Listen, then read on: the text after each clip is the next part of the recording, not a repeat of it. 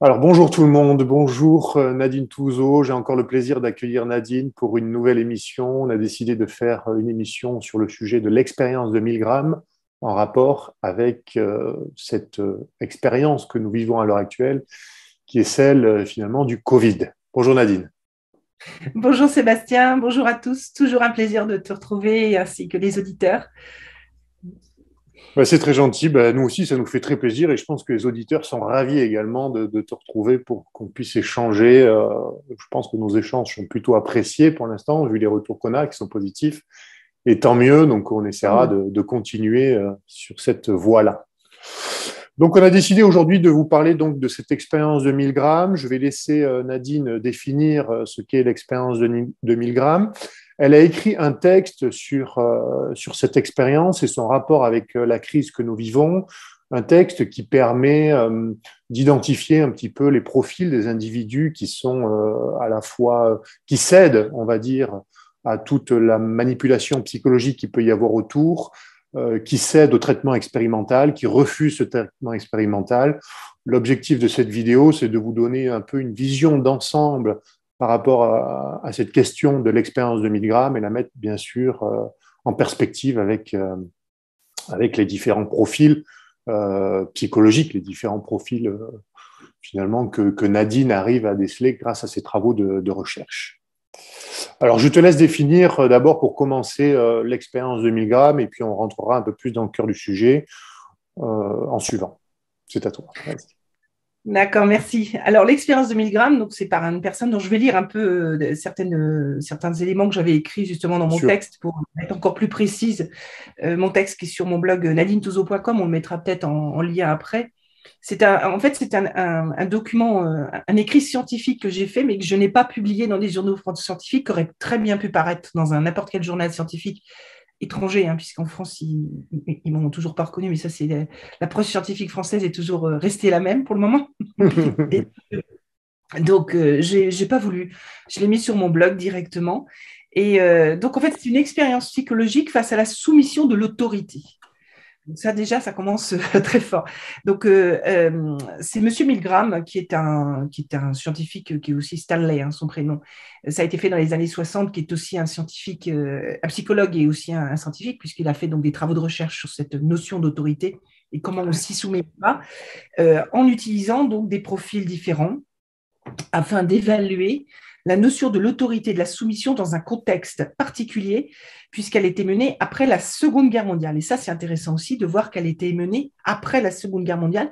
Ça a été notamment fait pour comprendre pourquoi, eh bien, allons droit au but, des forces de l'ordre allaient chercher des personnes qui avaient subi de la délation. Donc, il suffisait qu'on n'aime pas son voisin, hein, pour le mettre dans un train, dans un camp d'abord, et ensuite dans un train entassés comme des bêtes, hein, et j'ai beaucoup de respect pour les animaux, donc c'est juste monstrueux. Mon grand-père en a fait partie, hein, donc quand même, pour information et rappel, je n'oublierai pas, puisqu'il a été à Dachau, un des camps de concentration allemands, sans être juif, et par délation. Il suffisait de pas plaire à quelqu'un et bim, les forces de l'ordre arrivaient et suivaient les ordres, donc l'autorité, pour pouvoir remplir ces camps, remplir les trains, les camps en France, hein, parce qu'il y avait des camps en France déjà, hein, n'oublions pas le Veldiv, et ensuite, ce qui remplissait les camps de concentration sans avoir un soupçon de réflexion, de se demander pourquoi on allait prendre ces gens comme ça, pourquoi on allait les ficher, puisqu'il n'y avait pas que des juifs, je le réitère, et pourquoi on osait faire ça. Donc, c'est pour ça que derrière, il y a beaucoup de gens qui ont essayé de comprendre comment on pouvait en arriver à cela, à gazer dans les camps, à tuer comme ça de manière éhontée, à diviser aussi, hein, les collaborateurs, les résistants, comme la France était divisée, pour reprendre que la France, puisqu'elle était le terrain de jeu, on va dire, de cette Seconde Guerre mondiale, un des terrains de jeu de cette Seconde Guerre mondiale. Milgram a donc travaillé là-dessus pour essayer de comprendre quelle était cette notion d'autorité. Et ce qui est intéressant, moi, le chiffre que j'ai surtout relevé, je lis encore une fois, Oui. 84% se disent satisfaits ou très satisfaits d'y avoir participé. Ça, c'est juste effarant. C'est vrai, 84. c'est effarant, effectivement.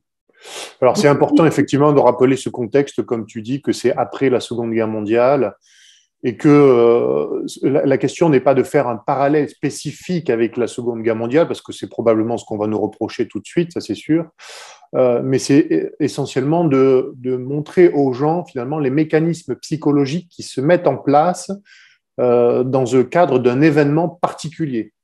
Alors, c'était la Seconde Guerre mondiale à l'issue de l'expérience de Milgram, et nous, c'est une expérience qui est différente, mais qui est une forme de guerre aussi.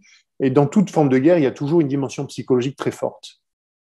oui, de toute façon, on nous a dit qu'on était en guerre, donc visiblement on l'est, et puis vu ce que l'on voit, c'est qu'on l'est, hein. Moi, je pense qu'on ne peut pas dire qu'on ne soit pas en guerre aujourd'hui, ça n'est pas possible. Quand on voit déjà, ne serait-ce que là, encore une fois, il y a environ 2 camps, qu'il y a 2 oppositions et qui s'affrontent. Donc forcément, ça crée à minima une révolution, des conflits, des confrontations, tout ce que l'on Et oui. veut, mais on a un chef, enfin quelqu'un qui plus ou moins gouverne le pays, qui nous a dit que nous étions en guerre. Et tous les ingrédients sont là. Après, en effet, il n'y a aucun parallèle, enfin aucun parallèle. Disons que ce n'est pas la Seconde Guerre mondiale. D'abord, l'ennemi n'est pas le même. L'ennemi n'a rien à voir. On ne fight pas de la même manière, enfin, on ne combat pas de la même manière avec des armes, des tranchées. Enfin, c'est pas du tout la même histoire, c'est pas du tout le même contexte. Mais il y a des parallèles. C'est peut-être pas ceux qui nous reprochent de faire une comparaison avec la Seconde Guerre mondiale devraient se pencher sur la question de se dire pourquoi on dit cela. Et si on dit cela, c'est parce qu'il y a des parallèles. Et il y a vraiment des parallèles. Les parallèles sont très simples. C'est qu'on a des personnes qui jugent sans tenir compte de l'opinion d'autrui et qui suivent l'autorité. C'est ça, et c'est l'expérience de Milgram, justement, cette soumission aveugle à l'autorité, sur laquelle tu nous disais justement, qui est très effrayant, c'est que 84% des gens acceptent de se soumettre aveuglément à l'autorité. Non, attends, c'est pire que ça. Je réitère, 84% se disent satisfaits ou très satisfaits d'y avoir participé. Je cite, hein, je ne fais que citer. C'est le retour de cette expérience. Ils étaient très contents de le faire. Donc, précisons l'expérience pour ceux qui ne la connaissent pas. C'est concrètement, il y avait des personnes, on choisissait des personnes pour poser des questions en fait à un individu qui jouait un rôle. Et le but de ce jeu, entre guillemets, on peut l'appeler comme ça, hein, de cette expérience, c'était que l'individu en question appuie sur le bouton d'un voltage qui progressait au fur et à mesure si la personne répondait mal à la question. On voit ça dans le film Icomicard, par exemple. Ça a été repris dans le film Icomicard, une vidéo sur Internet que l'on peut tout à fait visionner sur l'expérience même de Milgram. Il suffit de regarder. Qu'on vous mettra en dessous, en lien de la vidéo, comme ça, pour ceux qui veulent le voir, c'est très bien. Voilà. Et donc, ça a dépassé les 400 volts parfois. Ça dépassait les 400 volts. Les gens appuyaient, donc la personne en face faisait semblant d'hurler. Et dans Icomicard, ce qui était intéressant de voir, c'est que la personne qui posait les questions avant d'appuyer sur le bouton reprochait à l'autre de mal répondre en disant « ça ne m'amuse pas d'appuyer sur le bouton pour te faire mal ». Donc, il y avait une notion de pouvoir et de reprocher à l'autre. Donc là, on revient sur le système de la manipulation avec le triangle de Karpman entre la victime, le persécuteur et le sauveur. On est typiquement dans un esprit manipulatoire. Donc, il y a plein de parallèles. Alors, on parle de la Seconde Guerre mondiale, mais en fait, il y a plein de parallèles dans l'histoire avec ça. De discriminer X et Y personnes. Rappelons, par exemple, les femmes qui exerçaient des métiers un peu particuliers, même des hommes, mais surtout les femmes, on les traitait de sorcières, on les brûlait direct, sans procès, sans rien du tout. C'était forcément des sorcières parce que l'autorité avait dit que. Et c'est par des systèmes de manipulation qu'on arrive à ce que les gens considèrent que c'est l'autorité qui a raison. Et oui. C'est effarant, hein. C'est effarant, effectivement. Et ça a toujours fonctionné comme ça, finalement, au cours de l'histoire. C'est ce que les gens, finalement, je dirais, c'est pas leur faute trop, mais bon, qui ne s'intéressent pas forcément à l'histoire ou finalement à la philosophie qui anime les gens de pouvoir, c'est-à-dire aux idées qui animent ces gens de pouvoir, ne voient pas en réalité qu'ils sont manipulés de manière parfois fine, parfois grossière, par ces gens qu'on peut qualifier, pour l'essentiel, j'utilise souvent cette expression pour être poli, de psychotiques, c'est-à-dire en dehors des réalités. Oui, alors, psychotique, oui, c'est surtout des esprits qui sont très malléables pour être manipulés. Oui. Des gens qui ont la mémoire courte, ça les arrange. Des personnes qui ont un ego surdimensionné, qui ne veulent pas reconnaître qu'ils puissent avoir été trompés ou avoir tort. Des limités intellectuellement et culturellement. On a plusieurs types de profils par rapport à ça. D'autres, c'est parce que ça les arrange. Les manipulateurs, ça va les arranger, par exemple. Moi, je manipule, donc ça m'arrange de manipuler. Et puis, il y a ceux aussi qui sont aux ordres. Il ne faut pas oublier que, comme on est en guerre, et il y a quand même, et puis même si on n'y était pas, il y a des gens qui sont aux ordres, qui sont maqués par des histoires, qui sont, comment dire, obligés d'eux parce qu'ils ont fait peut-être quelque chose de mal et que c'est le deal dans la balance. Tu vas dire ceci parce que sinon on va révéler cela. Ou parce qu'ils sont d'un niveau de pouvoir ou un niveau ou une position très importante et on va mettre en jeu peut-être leur famille, on va mettre en jeu peut-être leur poste. Bon, bref, tous ces ingrédients-là ne sont pas occultés. Ouais. C'est vrai, c'est très juste. Ouais. Et je voudrais revenir un petit peu sur cette notion d'aveuglement finalement et du parallèle qu'on a fait au début, qui est cette notion qu'a théorisé une philosophe célèbre, une philosophe d'origine juive, qui a écrit des articles en ce sens dans le New Yorker dans les années 60. Et Milgram s'appuie aussi en partie finalement sur ses écrits pour arriver à ses conclusions.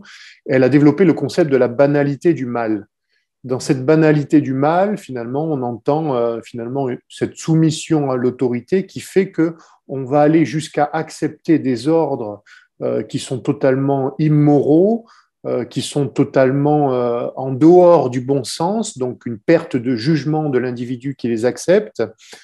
Elle a écrit notamment un livre qui s'appelle Eichmann à Jérusalem, et l'idée principale, on va dire, qui ressort de cette banalité du mal, c'est l'absence de pensée des individus. Parce que penser, en fait, c'est juger, c'est juger d'une bonne ou d'une mauvaise action.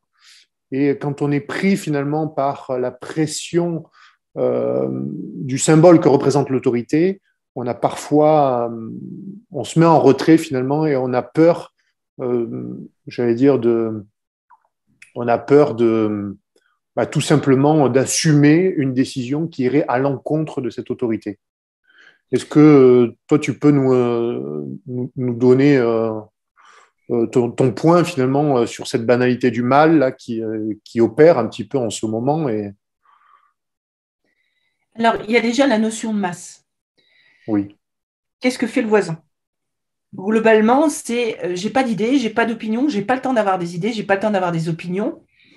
Qu'est-ce qui fait le voisin là? Attends, je vais regarder derrière les carreaux. Qu'est-ce qu'il fait là? Tu vois le truc?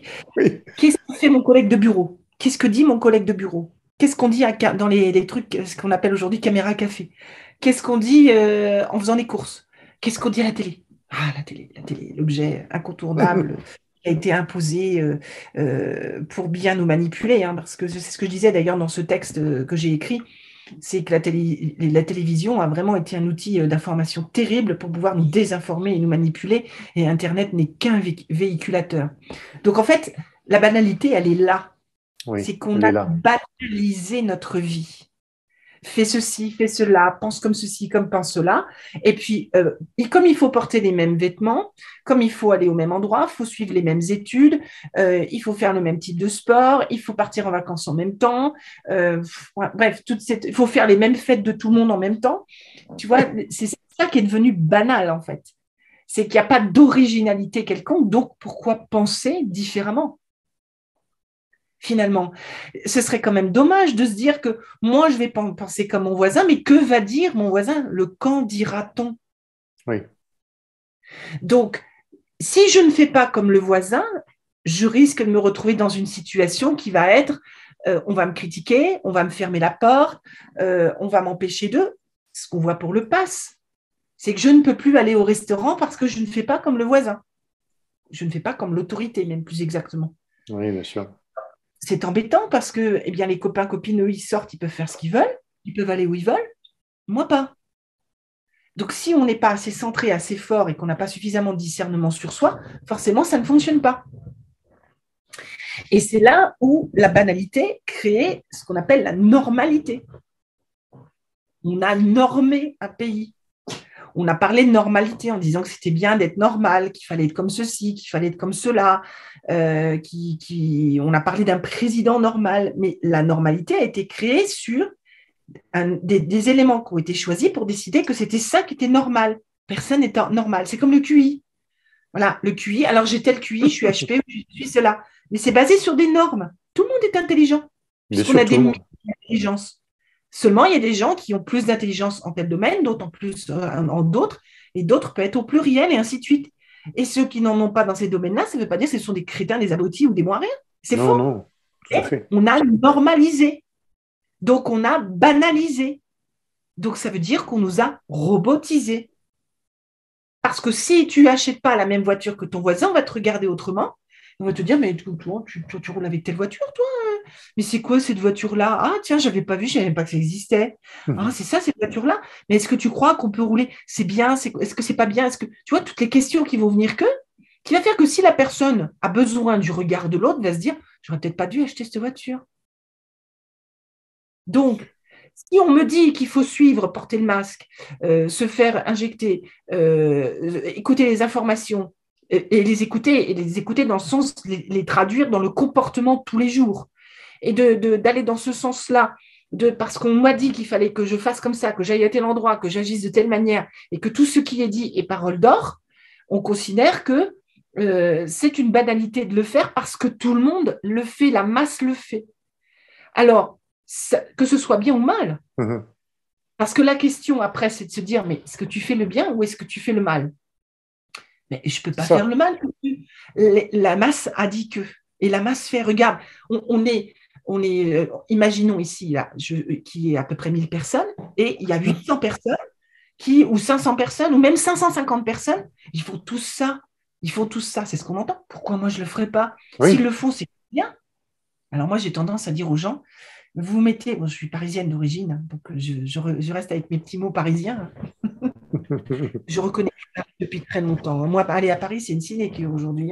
C'est tellement sale et moche que, alors là, et ça, pareil, ça devient banal.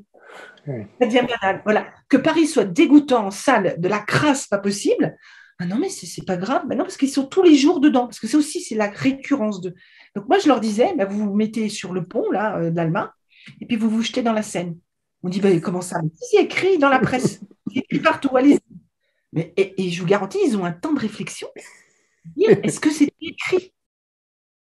Et ils ne comprennent pas, après, de se dire, pourquoi elle nous dit ça? Mais après, le seul propos qu'ils disent, mais elle est stupide. Je dis, non, je ne suis pas si stupide que ça, parce qu'on vous dit de banaliser, de faire quelque chose qui est banalisé, parce qu'on vous a donné des ordres et vous ne réfléchissez pas. Est-ce que la banalité du mal, finalement, elle n'est pas des rituels? C'est-à-dire tout ce que tu dis, les rituels qui naissent finalement d'automatismes, et notamment, j'allais dire, des automatismes qu'on essaie d'initier, notamment durant l'enfance. Tu m'as envoyé un extrait de vidéo où, justement, il y avait une auteure, professeure de français, qui était interviewée sur une chaîne de télévision, je crois que c'était TV Liberté, elle s'appelle Madame Véronique Bouzou, et elle parlait justement de cette expérience de 1000 grammes, et notamment des enseignants qui se soumettaient, qui ne se rebellaient pas finalement face à cette expérience de 1000 grammes. Est-ce que c'est parce que finalement on apprend aux enfants très tôt, très jeunes, à se soumettre à l'autorité sans essayer de la remettre en question? Est-ce qu'il ne faut pas essayer peut-être de leur enseigner parfois d'avoir une forme de désobéissance civile naturelle, juste, hein, c'est-à-dire il n'est pas question d'aller taper sur un prof ou de se rebeller, je veux dire, d'une mauvaise manière. Non, la question, c'est simplement de faire preuve de bon sens pour les jeunes et également pour les professeurs. Faire preuve de bon sens, c'est refuser cette banalité du mal psychologique, refuser finalement de se soumettre à des ordres iniques, injustes. Alors, si on allait déjà sur quelque chose d'encore plus loin, on va encore élever le débat, on a l'habitude tous les deux. Ce que je te propose, c'est d'aller déjà dans la notion de propriété. Oui. On ne fait pas un enfant pour soi. Donc, dans la culture de famille, l'enfant doit faire comme la famille. tu dois manger comme ceci, tu dois manger ça, tu feras tel métier, tu dois t'habiller comme ça, tu ne parles pas à telle personne parce que c'est un abruti, et ceci. Donc, on ne laisse pas à l'enfant la possibilité de se découvrir, de se choisir et de voir ce qui est bon pour lui. C'est On vrai. est là pour le Très guider, juste. pour les...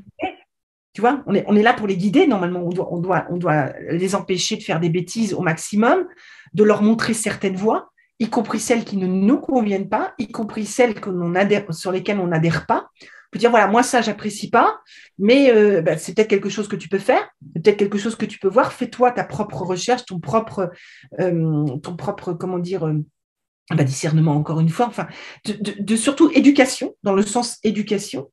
Je me rappelle des discussions qu'on a eues avec mon fils et ma fille, et surtout mon fils, où il avait envie, maman, je veux faire ça. Sur le coup, je me suis dit, c'est pas franchement ce à quoi j'adhère. Et je l'ai laissé faire, j'ai juste observé, j'ai guidé, on a beaucoup discuté. Il a fait son opinion, puis il a dit non, finalement, ça ne me convient pas. Voilà. Et c'était ça. Et si ça lui était convenu, je n'aurais rien dit. J'aurais juste cherché à comprendre ce que moi, peut-être, pourquoi moi, ça ne me convenait pas. J'aurais peut-être été plutôt dans ce sens-là. Surtout que les choses évoluent, tout évolue. Donc ça, la première chose déjà, c'est si on arrêtait de considérer un être humain comme sa propriété, même s'il sort de son ventre. Si déjà on commençait par ça, à mon sens, hein, encore une fois, tout n'engage que moi, je le dis toujours dans toutes les vidéos et les audios, ça n'engage que moi, mais je vois ça, on est censé être libre et on doit vivre libre et on doit se faire notre propre chemin, notre propre voie, notre propre culture, on doit apprendre par nous-mêmes, réapprendre parfois, parce que ce qu'on apprend jeune n'est pas forcément ce qu'on comprend plus tard, et puis, et ainsi de suite, il ne faut pas hésiter à revenir en arrière pour ça, et de se dire derrière aussi, que ce n'est pas parce que nos parents ont telle culture de famille depuis X temps qu'ils nous imposent quelque part déjà dans le ventre de la mère, inconsciemment bien souvent, que l'on doit faire exactement la même chose. Combien d'enfants sont très différents des parents? C'est mon cas, hein, je suis assez vraiment très différente de beaucoup de choses qui sont liées à mes parents. Combien d'enfants sont comme ça? Ma propre fille, qui est aussi, elle a fait un autre chemin de vie, et bon, c'est comme ça, et je lui souhaite plein de bonheur, et voilà. C'est des choses comme ça qui, à mon sens, il faut réfléchir plutôt que d'imposer, et de se dire c'est mon fils, c'est ma fille, c'est mon père, c'est ma mère. Non, enfin, je crois qu'il faut, c'est mon mari, c'est ma femme, c'est aussi. Je crois qu'au contraire, il faut considérer qu'on peut avoir des chemins de vie qui, à un moment donné, seront, ou provisoirement, ou définitivement, pour X et Y raisons, mais qui ne sont pas forcément malsains ni pour les uns les autres, même si ça peut faire mal au cœur parce qu'on ne voit plus la personne, même si, enfin, il y a plein de raisons et plein d'émotions qui peuvent arriver par rapport à ça. Mais je réitère, je pense que déjà la notion de propriété devrait être quelque chose qui devrait disparaître. Et donc, quand on arrive à l'école, on passe énormément de temps à l'école avec, au début, la même maîtresse, puis plusieurs professeurs qui ont leur profil, leurs opinions, leur point de vue, leur propre éducation, leur propre savoir, et c'est ce qu'ils vont inculquer à l'enfant, même s'il y a un fil conducteur de dire aujourd'hui, on va parler de, je sais pas moi, j'ai pas de, je sais plus. Bref, on va faire un cours d'anglais. Allez, hop, soyons basiques. C'est ça.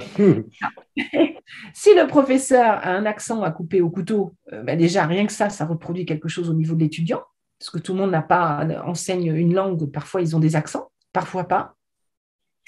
Ça ne veut pas dire qu'ils parlent mal anglais, mais il y a un accent qui est déjà, j'indique un accent à un étudiant qui n'est pas celui de l'accent, on va dire, global par exemple, l'anglais générique, entre guillemets, parce que un Texan ne parle pas comme un Irlandais, etc., etc. Donc ça, on le sait. Mais un accent, en tout cas, qui reste assez générique par rapport à l'anglais.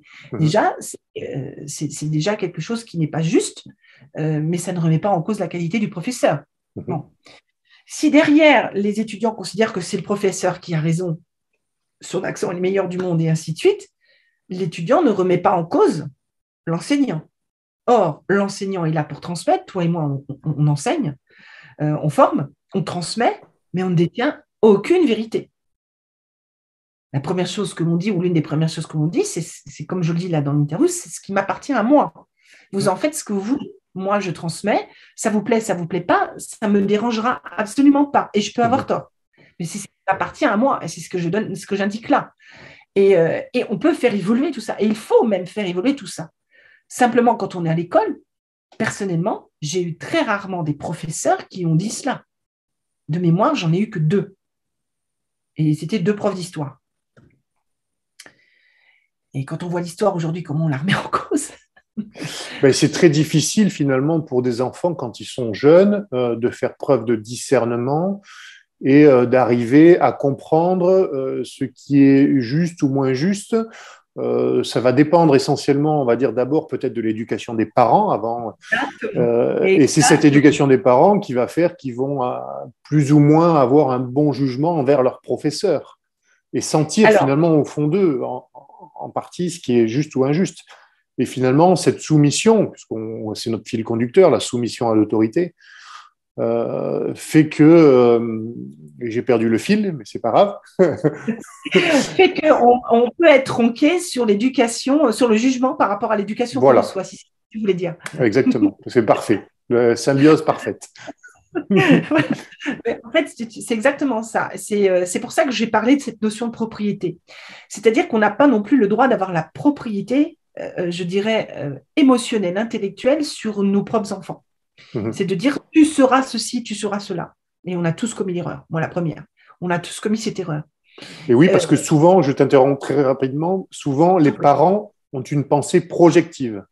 C'est-à-dire, je veux le meilleur pour mon enfant, sous-entendu, mais le meilleur, c'est ce que je considère, par exemple, que celui que je n'ai pas eu. Je veux le donner à mon enfant, ou je veux qu'il devienne ce que je n'ai pas pu faire, ou je veux…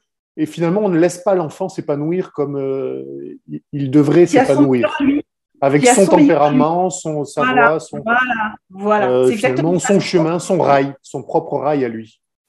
C'est déjà intégrer son profil. Oui. En fait, je vais expliquer quelque chose qui est basique. C'est que déjà dans le ventre de la mère, tu reçois tout un ensemble d'informations. La mère si elle est stressée, pas stressée, si elle vit des périodes stressées, pas stressée, par exemple. Si elle écoute de la musique, si elle va faire du sport, dans la nature, si elle écoute BFM. Bon, voilà. Bon. Qu'est-ce qu'elle lit, qu'est-ce qu'elle intègre, etc. Comment elle fonctionne, son alimentation. Bref, il y a tout un ensemble de choses qui va faire que, déjà, tu reçois plein d'informations à ce niveau-là. Quand tu as posé ton premier cri, tu es déjà chargé d'une histoire familiale. Tu es déjà chargé d'une culture familiale. Tu es déjà chargé d'a priori, de plein de choses. Bien ou mal, peu importe. On n'est pas là pour juger. Tu ouvres les yeux. En principe, tu vois tes parents, ce n'est pas toujours le cas. Hein, des orphelins, et des mamans qui ont souffert pendant l'accouchement, bref. Donc, en principe, ta référence, c'est ce que tu as entendu pendant 9 mois, ce qu'il y a eu pendant 9 mois. C'est ta référence à base 0. C'est-à-dire le curseur, tu le mets à 0.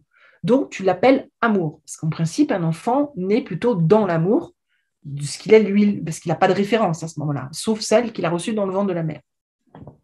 Et c'est là-dessus qu'il va construire sa propre personne. C'est sur cette base-là qu'il va construire sa propre personne. Donc, s'il a un parent agressif, il ne va pas comprendre que, en fait, ce n'est pas bien. Il ne sait pas. Il n'a pas la référence. Tout à fait. S'il a une mère aimante, il ne sait pas qu'il y a des enfants qui peuvent être maltraités. Voilà, et ainsi de suite.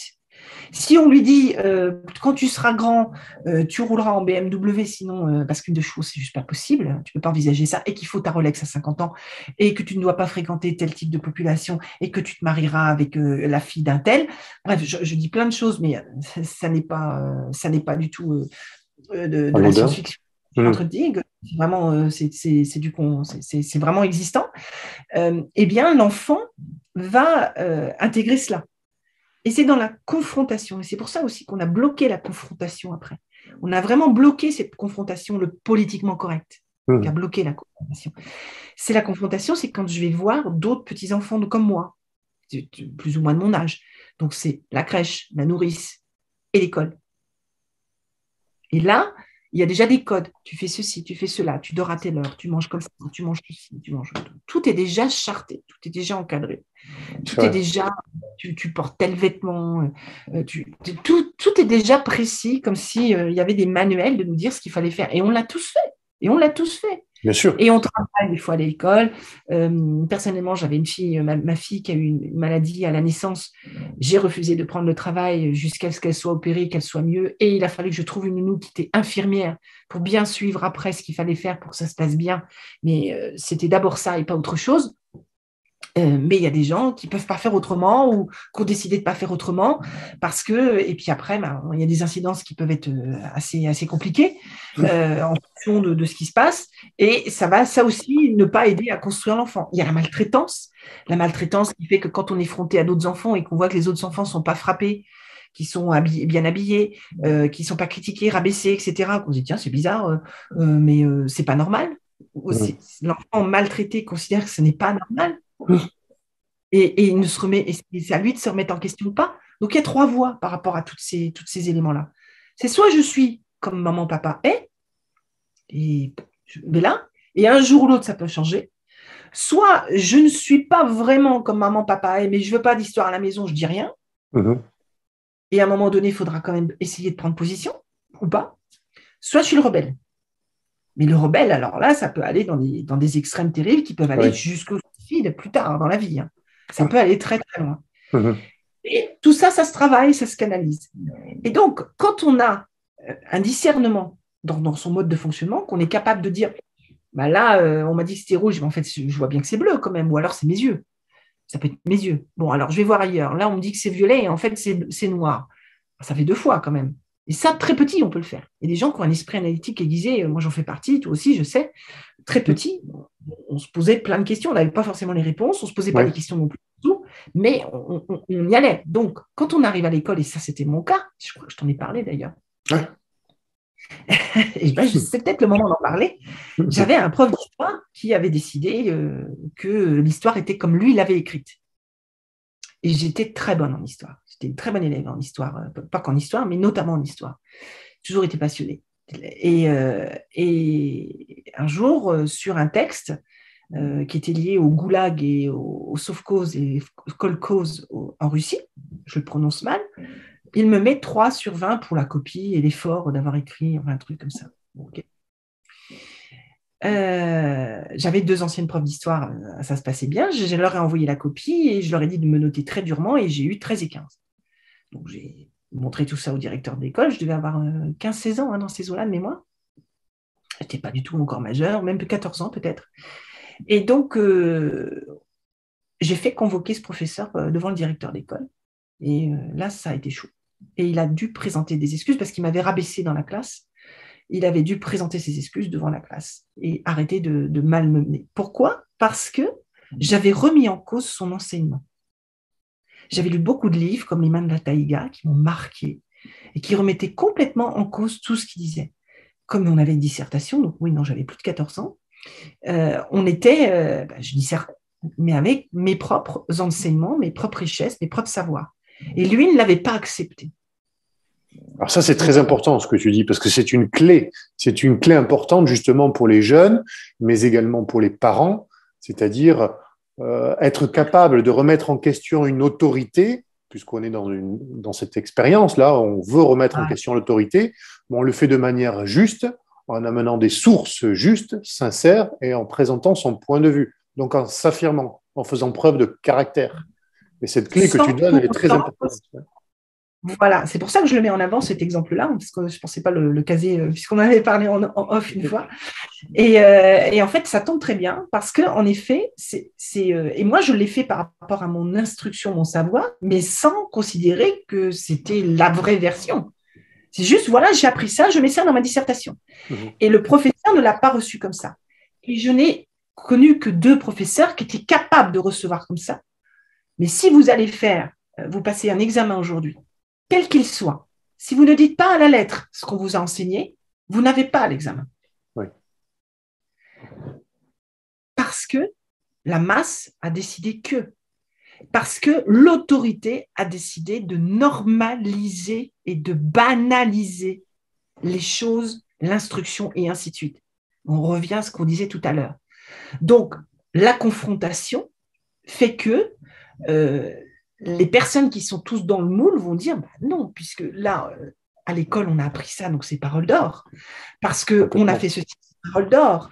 Parce qu'on nous a dit que c'est parole d'or. C'est écrit dans les livres, c'est écrit partout. Donc, si c'est écrit, combien de livres ont été brûlés ? Combien de livres ont disparu ? Combien d'éléments n'ont pas été indiqués ? Est-ce que quelqu'un peut détenir un savoir absolument intégralement ? Personne. Et donc, quand vous avez un enfant que vous allez justifier ou qualifier de rebelle, posez-vous les questions de est-ce que ce n'est pas vous qui l'avez rendu comme ça parce que simplement vous ne l'écoutez pas? Parce que simplement vous n'acceptez pas qu'il soit différent et qu'il pense différemment? Ce qui peut être très positif au final, hein, qui pense différemment, parce que c'est une confrontation d'opinions et c'est toujours intéressant. Je voudrais revenir. Personnellement, j'ai fait des études de droit. Donc, le droit, c'est quand même quelque chose où c'est assez rébarbatif, on rabâche.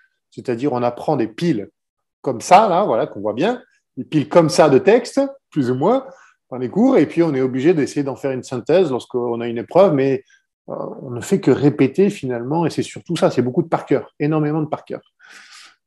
Et dans le mot formatage, d'ailleurs, il y a finalement mise en forme. Qu'est-ce qu'on fait finalement dans un formatage?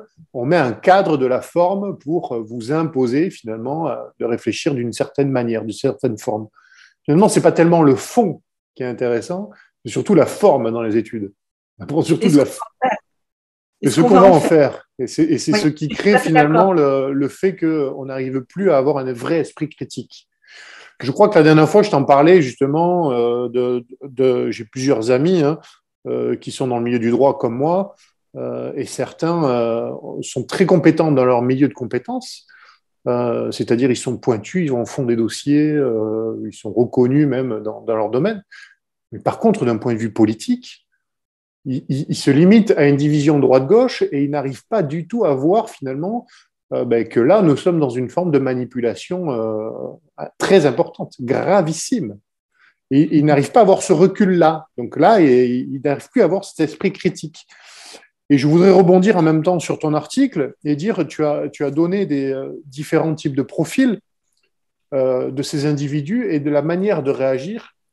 Et tu l'as catégorisé dans des grandes lignes. Tu sais, tu as dit il y a plusieurs profils. Il y a ceux qui sont dans les grandes villes, il y a ceux qui attendent un sauveur, il y a ceux qui, on va dire, s'accrochent à une storytelling un peu excitante, entre guillemets, d'autres qui se réfugient dans des univers parallèles, ou d'autres qui sont dans une fuite, alors que la clé, finalement, face à tout ça, c'est une forme de recentrage sur soi. Oui. Alors, est-ce que tu peux nous parler un petit peu de ça par rapport justement à cette crise et cette soumission à l'autorité? Quelle est la réaction, les profils des gens? Ça, je pense, c'est intéressant. Oui, justement, j'étais en train de réouvrir sur mon téléphone l'article puisque je l'avais mis de côté sur mon téléphone pour voir ça. Alors, en fait, il y a des profils. Moi, ce que j'ai fait, en fait, c'est un peu des profils génériques. C'est générique, en fait, des profils dans des contextes aussi génériques. C'est très générique. Bien sûr. Mais globalement, on est encore dans cette notion de masse. C'est vers quelle famille je vais aller pour me sentir bien et me dire, ouais, ça me va, même si tout ne me va pas. Mais je me sens moins seule et je suis dans cette famille de masse qui correspond plus à mes aspérités, mes convictions, mes envies, mes croyances. Les croyances, très important aussi. C'est pas bon, les croyances. C'est une clé fondamentale. Ouais, c'est vraiment pas bon. Et en fait, quand tu vois, par exemple, tu parlais de tes amis, donc dans le droit, on apprend, on fait tout. En fait, c'est tout droit. Même, voilà, c'est ça. Il faut créer des jurisprudences pour casser ce droit, en fait, en gros. Exactement. J'en ai fait une année dans mes études. Dans mes études, j'ai fait une année de droit. J'avais un prof de droit et on se croyait, tu sais, on avait l'impression d'être toujours au tribunal avec elle. C'était théorie. Bref, donc c'est vrai, c'est ça. On apprend, on interprète et après on va trouver ce qu'il va faire pour défendre notre client. Pour travailler avec des avocats de temps en temps, quand on leur parle de quelque chose de différent, qu'on leur présente le dossier autrement, avec des preuves, des contextes, etc., ils sont perdus. Ils sont clairement perdus. Parce que ça n'est pas banal, ça n'est pas dans la norme. C'est qu'on n'a pas utilisé l'esprit et le cerveau à ça. Et que moi, je pense que si on fait des écoles où on met beaucoup en avant la notion de pouvoir réfléchir et laisser l'enfant s'épanouir et même choisir ses matières, on aurait beaucoup moins de personnes lobotomisées aujourd'hui qui suivraient la masse. Et c'est ça qui se passe en fait dans cette notion à l'autorité, c'est qu'on va chercher une quelconque autorité, qu'elle soit spirituelle, qu'elle soit de masse, parce que tout le monde dans la ville fait pareil. Pourquoi je parle des grandes villes? C'est parce qu'il y a un mode de vie qui est assez générique dans les grandes villes que l'on ne voit pas en province. En province, il y a des modes de vie différents en fonction des régions déjà. tout à fait. en fonction de ce que la région va dégager. Est-ce qu'elle est plus viticole? Est-ce qu'elle est plus agricole? Est-ce qu'elle est plus montagnarde? Etc., etc. Alors que les villes, non. Les villes, il y a des problématiques communes qui vont être les transports en commun, les bouchons, courir pour aller chercher ceci et cela, euh, la notion de bruit, de pollution, enfin, il y a plein de choses que l'on ne va pas du tout retrouver en province, même dans des villages, hein, même dans ou des petites villes. C'est vraiment, la masse est beaucoup plus importante dans la notion de ville. Et on voit des réactions qui sont très différentes. Je suis une ancienne de la capitale, je réitère, je suis quand même à 6 générations de la capitale française, hein, quand même, donc j'y ai vécu. Et j'ai vécu dans les couronnes en plus, plus jamais, plus jamais. Je ne peux plus. Parce que quand on dit métro, boulot, dodo, mais tout est résumé là-dedans, c'est vraiment ça. Et alors, dans la façon de travailler, c'est pareil. Il faut travailler comme ceci, il faut réseauter comme cela. Moi, j'ai entendu dans une réunion un jour, à la bibliothèque Mitterrand, on a fait une grande réunion avec des gens tout ce qui est sécurité défense, on va dire. Et tout le monde, il y en a un qui sort. De toute façon, ce qui sort du périphérique, ça n'a aucun intérêt. Moi, je venais de Rennes. Alors, j'ai bien rigolé. Donc, bon. Ce qui était drôle, c'est qu'on a vérifié qui était vraiment né à Paris et puis avec moi. C'est ça qui est encore plus drôle. Bon, bref, je la fais court. Mais globalement, c'est ça. C'est parce qu'on a dit que, il faut faire. C'est vraiment, et ça, c'est une manipulation de long terme de dire, il faut penser comme ceci, il faut aller dans telle école, il faut rentrer dans tel réseau, parce que tu auras du travail, et donc ça a nivelé vers la médiocrité. Plus les gens étaient dans une médiocrité appauvrie de discernement, de réflexion, etc., mais bien imbibés de savoir de ce qu'on leur a dit qu'il fallait qu'ils apprennent, et plus on en est arrivé à ce qu'on en est aujourd'hui. Et la masse, dessous, ceux qui sont dessous, qui ont beaucoup plus de discernement, ont du mal à monter parce que la confrontation se fait en disant mais je ne suis pas d'accord, mais ça ne correspond pas, mais ça ne va pas, ça ne donnera pas tel résultat, je peux vous prouver que, on est dans des tas de discours, etc., qui font que, et que ce soit dans l'enseignement, parce que l'enseignement, quand on voit les formations aujourd'hui, toi et moi on forme aussi, tu regardes les catalogues formation aujourd'hui. Moi, j'ai des clients qui m'appellent, je dis, mais je n'arrive pas à trouver votre formation dans le catalogue formation. Même des formations basiques hein, sur l'analyse comportementale et tout. Je me dis, mais c'est normal. Ils ont tout fait pour appauvrir le savoir et normer les formations pour que ce soit intégré, tu sais, pour tout ce qui est CPF, là, ou DIF, l'ex-DIF, je crois que ça s'appelle comme ça. Le compte professionnel de formation, pour ceux qui ne savent pas. Voilà, qui puissent utiliser leur compte.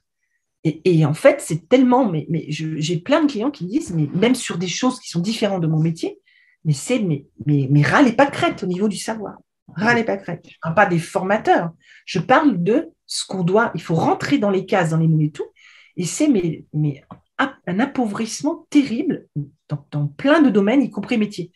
Donc, ce qui fait qu'on forme autrement, ce qui fait qu'on fait les choses autrement parce qu'il y a plein de transmissions à faire. Mais moi, je n'en ai rien à faire d'être un Ségos si je n'ai pas du tout envie d'être un Ségos. Je ne veux pas être catégorisé quelqu'un qui rentre dans un moule. Ségos ou ainsi de suite, hein, que je ne critique pas du reste. Hein. Il en faut et ils font des très belles choses. Hein, je ne les critique pas du tout. Bien sûr, bien sûr. Mais des choses qui se démarquent, pour des métiers qui se démarquent, des informations qui se démarquent et qui correspondent à des tas de gens, eh bien, c'est une insulte à ces personnes-là de leur dire qu'ils n'ont pas le droit d'apprendre sur ce qu'ils veulent. Donc, ça veut dire qu'on considère que ces personnes-là n'ont pas la possibilité, n'ont pas le droit, je pousse la réflexion, n'ont pas le droit même de penser à devoir chercher à s'instruire autrement, parce que l'autorité a dit autrement. Je pense que c'est une... Excuse-moi, je poursuis ma réflexion. Vas-y. Ça ne dérange personne de toutes ces personnes qui imposent ces autorités de se dire je fais du mal à cette personne-là qui cherche à s'instruire autrement parce qu'elle a besoin de ça. Il n'y a pas de remise en question de se dire déjà ce que je fais moi, est-ce que c'est bien? Et de l'autre côté de se dire mais je fais du mal là en fait parce que peut-être que c'est vrai ce qu'elle dit ces personnes-là, peut-être que c'est intéressant ce qu'elle veut apprendre, peut-être que ça peut instruire aussi d'autres personnes dans mon environnement. Mais l'autorité m'a dit que, mais si l'autorité m'a dit que ça, je pourrais peut-être me poser la question de savoir pourquoi l'autorité m'a dit que ça. Parce que qui détient la vérité? Personne. Qui détient le savoir? Personne. Donc, un enseignant, un formateur, c'est la première chose qu'il doit savoir. C'est que j'enseigne, je forme ce que j'ai appris, ce que je sais. Tout à fait. Mais tellement d'autres choses. Et c'est peut-être faux ce que je vous apprends. C'est la première chose qu'on doit savoir.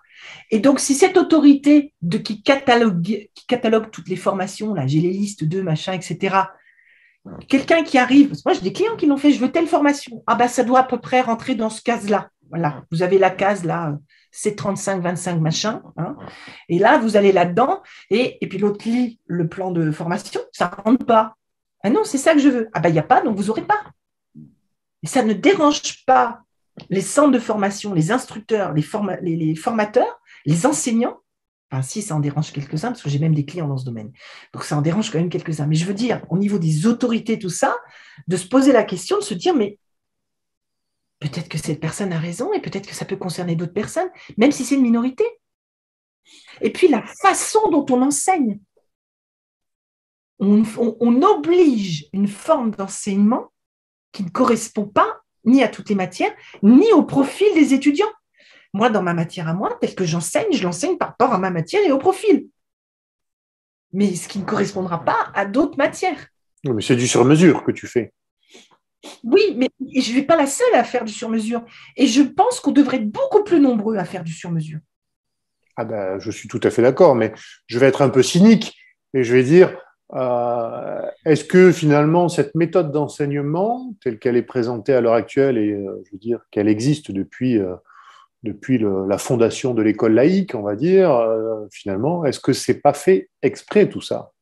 C'est-à-dire, est-ce que c'est pas fait exprès qu'il y ait une sélection de l'information qu'on va donner aux professeurs, c'est-à-dire pour les former déjà, pour qu'eux-mêmes soient dans un formatage intellectuel qui fait qu'ils vont enseigner aux enfants finalement un certain type de connaissance, donc une certaine histoire plutôt qu'une autre, sachant qu'on fait confiance aux sachants quand on est petit et qu'on n'est pas encore capable finalement d'avoir cet esprit critique. Et donc on se soumet finalement à cette autorité, tout simplement parce que la première des manipulations qui entraîne finalement la soumission aux sachants, c'est le contrôle de l'information.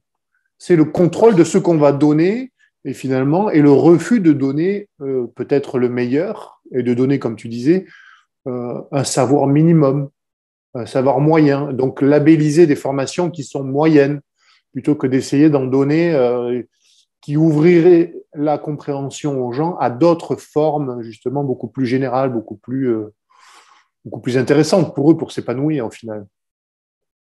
Oui, et puis surtout qu'il y a le cycle, tout ce que tu dis, moi, pour moi, c'est juste, c'est qu'en fait, à mon avis, tout a été prémédité pour nous manipuler et nous emmener vers un environnement qu'ils ont choisi pour nous.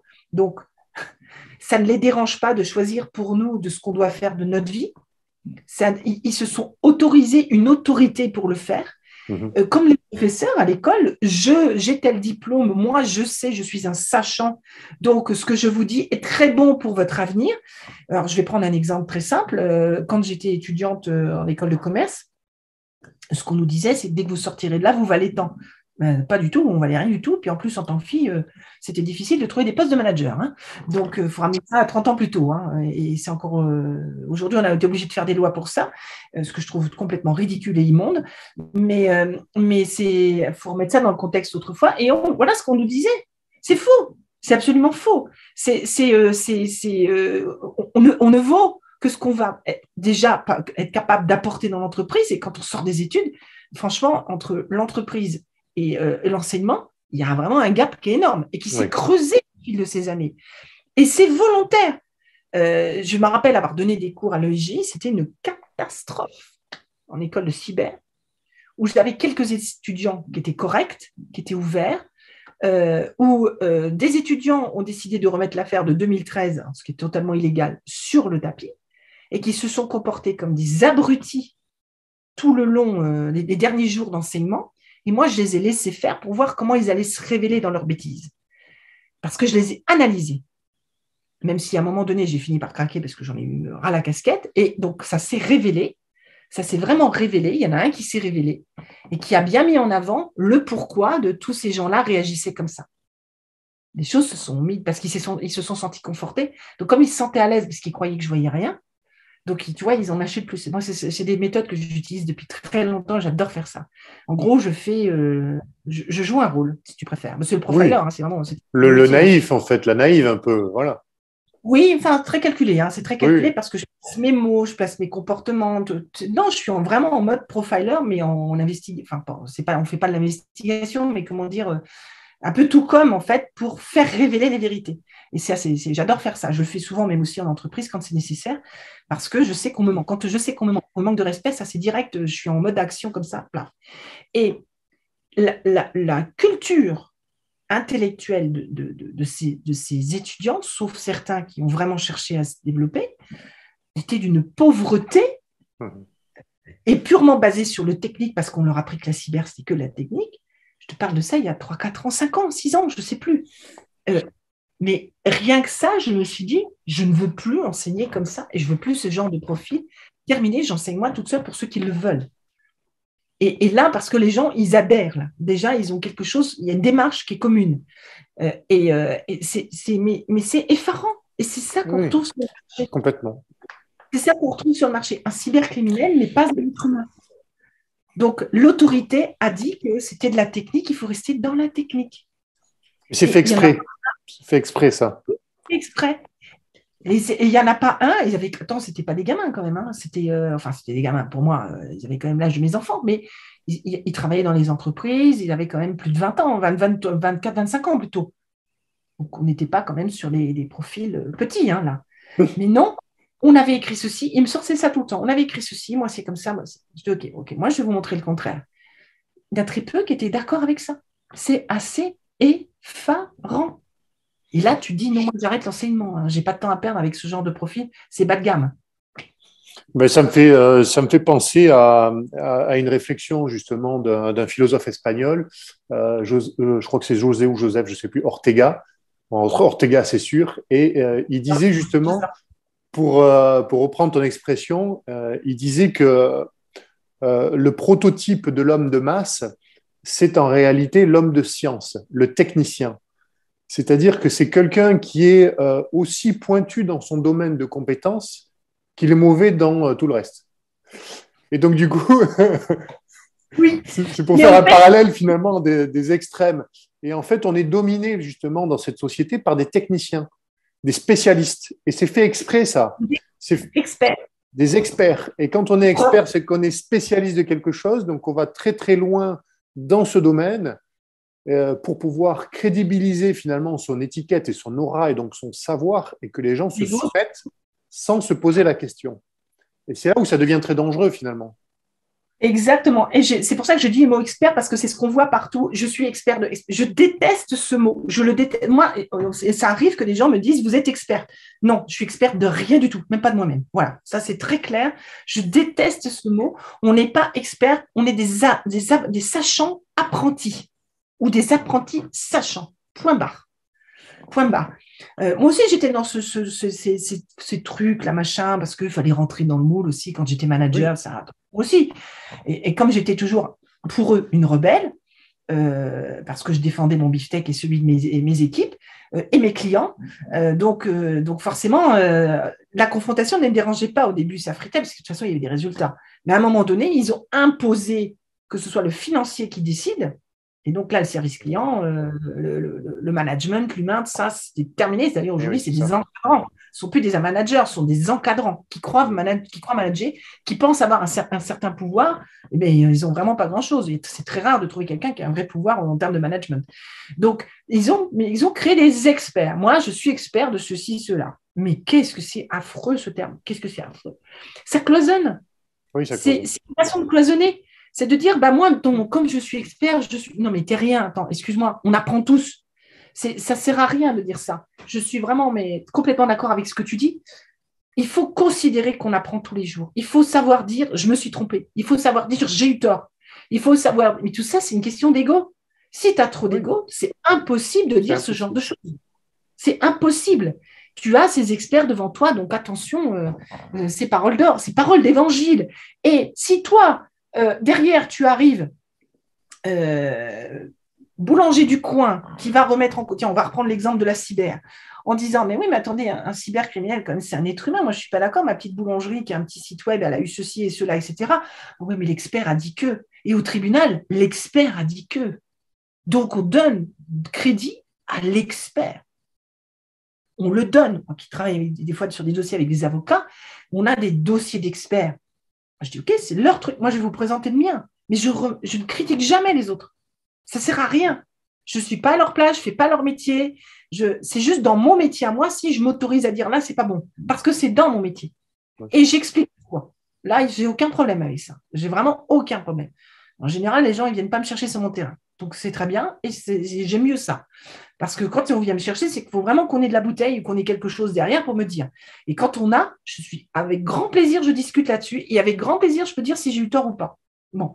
Mais quand quelqu'un ne sait pas et s'autorise à me dire des choses dans mon domaine, là, non, je dis non. Et c'est pareil pour tout le monde. J'estime que c'est pareil pour tout le monde. Pour autant, je réitère, je ne détiens pas de vérité.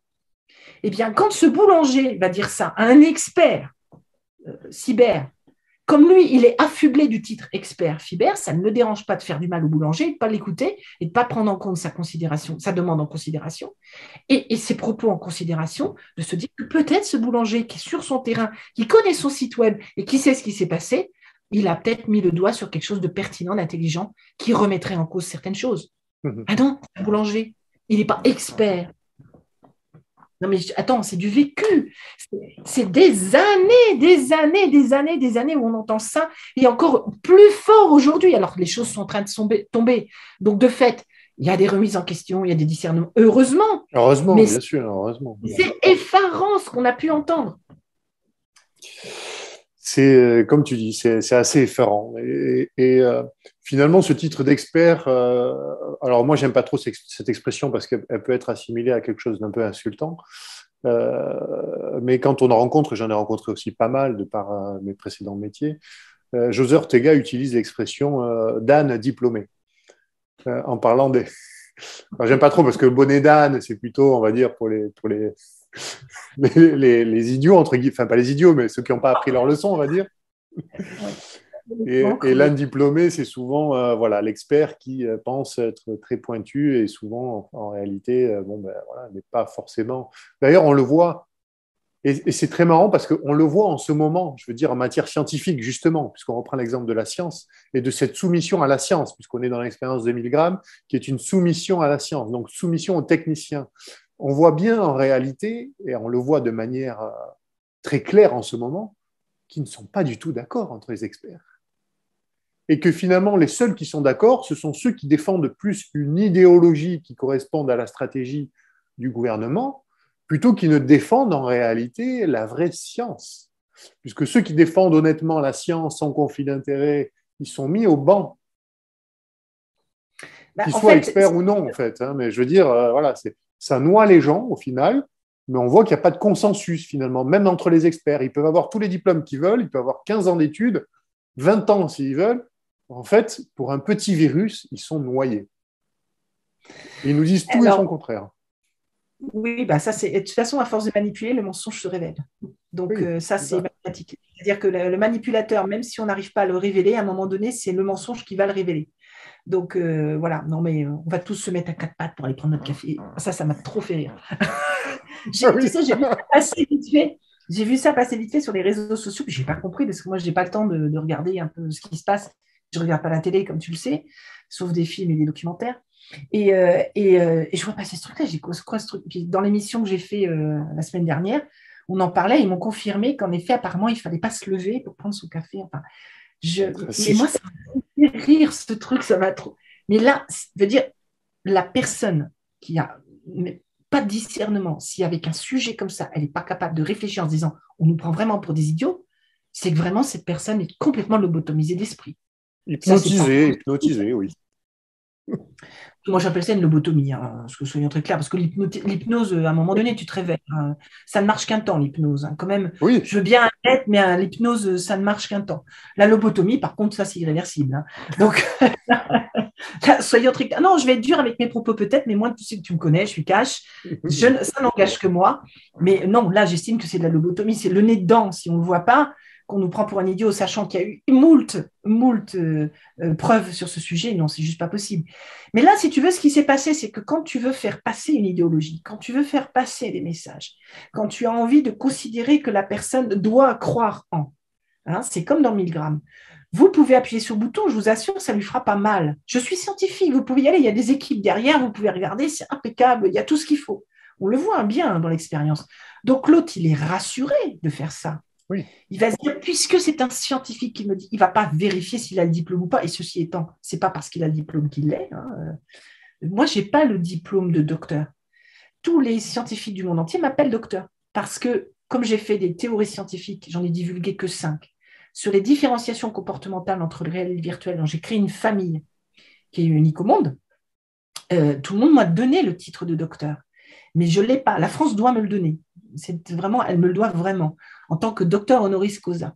Donc, je ne l'attends pas. Hein, c'est-à-dire honoris causa, tu peux expliquer pour les… Alors, non, je ne sais pas, c'est le titre qu'on donne, c'est-à-dire qu'en fait, on te donne le titre sans que tu passes le doctorat, parce que déjà, je peux en avoir 5, de par mes 5 théories, titre de docteur, et parce que j'ai fait l'inverse comme démarche, c'est-à-dire que j'ai fait tous les travaux scientifiques, j'ai créé tout cela, c'est validé mondialement, mais c'est étudié même dans beaucoup de pays, mais je n'ai pas passé mon doctorat en gros. J'ai fait tout, je suis dyslexique, moi je fais tout à l'envers, tu sais, c'est vrai en plus, hein. J'ai toujours été comme ça en fait.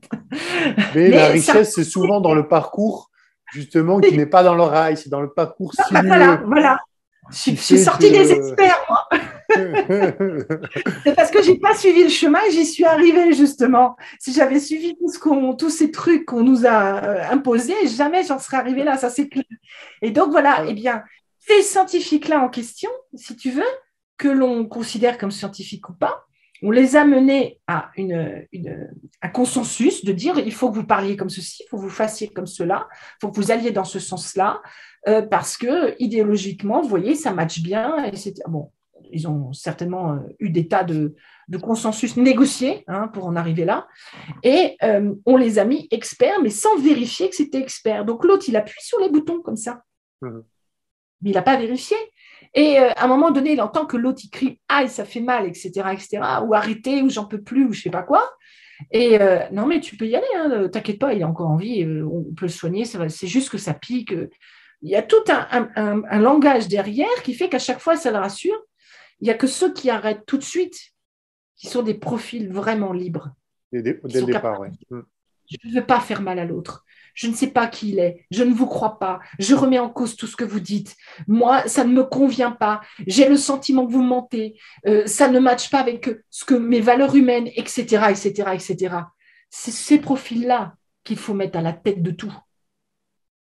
Ce n'est pas ceux qui suivent en disant, en croyant même quelqu'un qui pourrait être bardé de diplôme, en croyant ce qui est souvent faux. On parle des élections en ce moment. Mais qu'est-ce qui prouve que les résultats sont les vrais résultats? Ah, parce qu'on l'a dit à la télé, parce que ceci, cela. Ouais, ben moi, dans mon village, j'ai vu que ce n'était pas ce qu'on a dit à la télé ou dans les journaux. Moi, je l'ai vu sur le terrain. Et d'autres l'ont vu, et ainsi de suite. Et ça fait très longtemps que je sais que ça ne matche pas. Donc, mais non, mais on suit parce que c'est l'autorité. Mais il faut redéfinir l'autorité. La vraie autorité, c'est nous pour nous. D'abord, effectivement.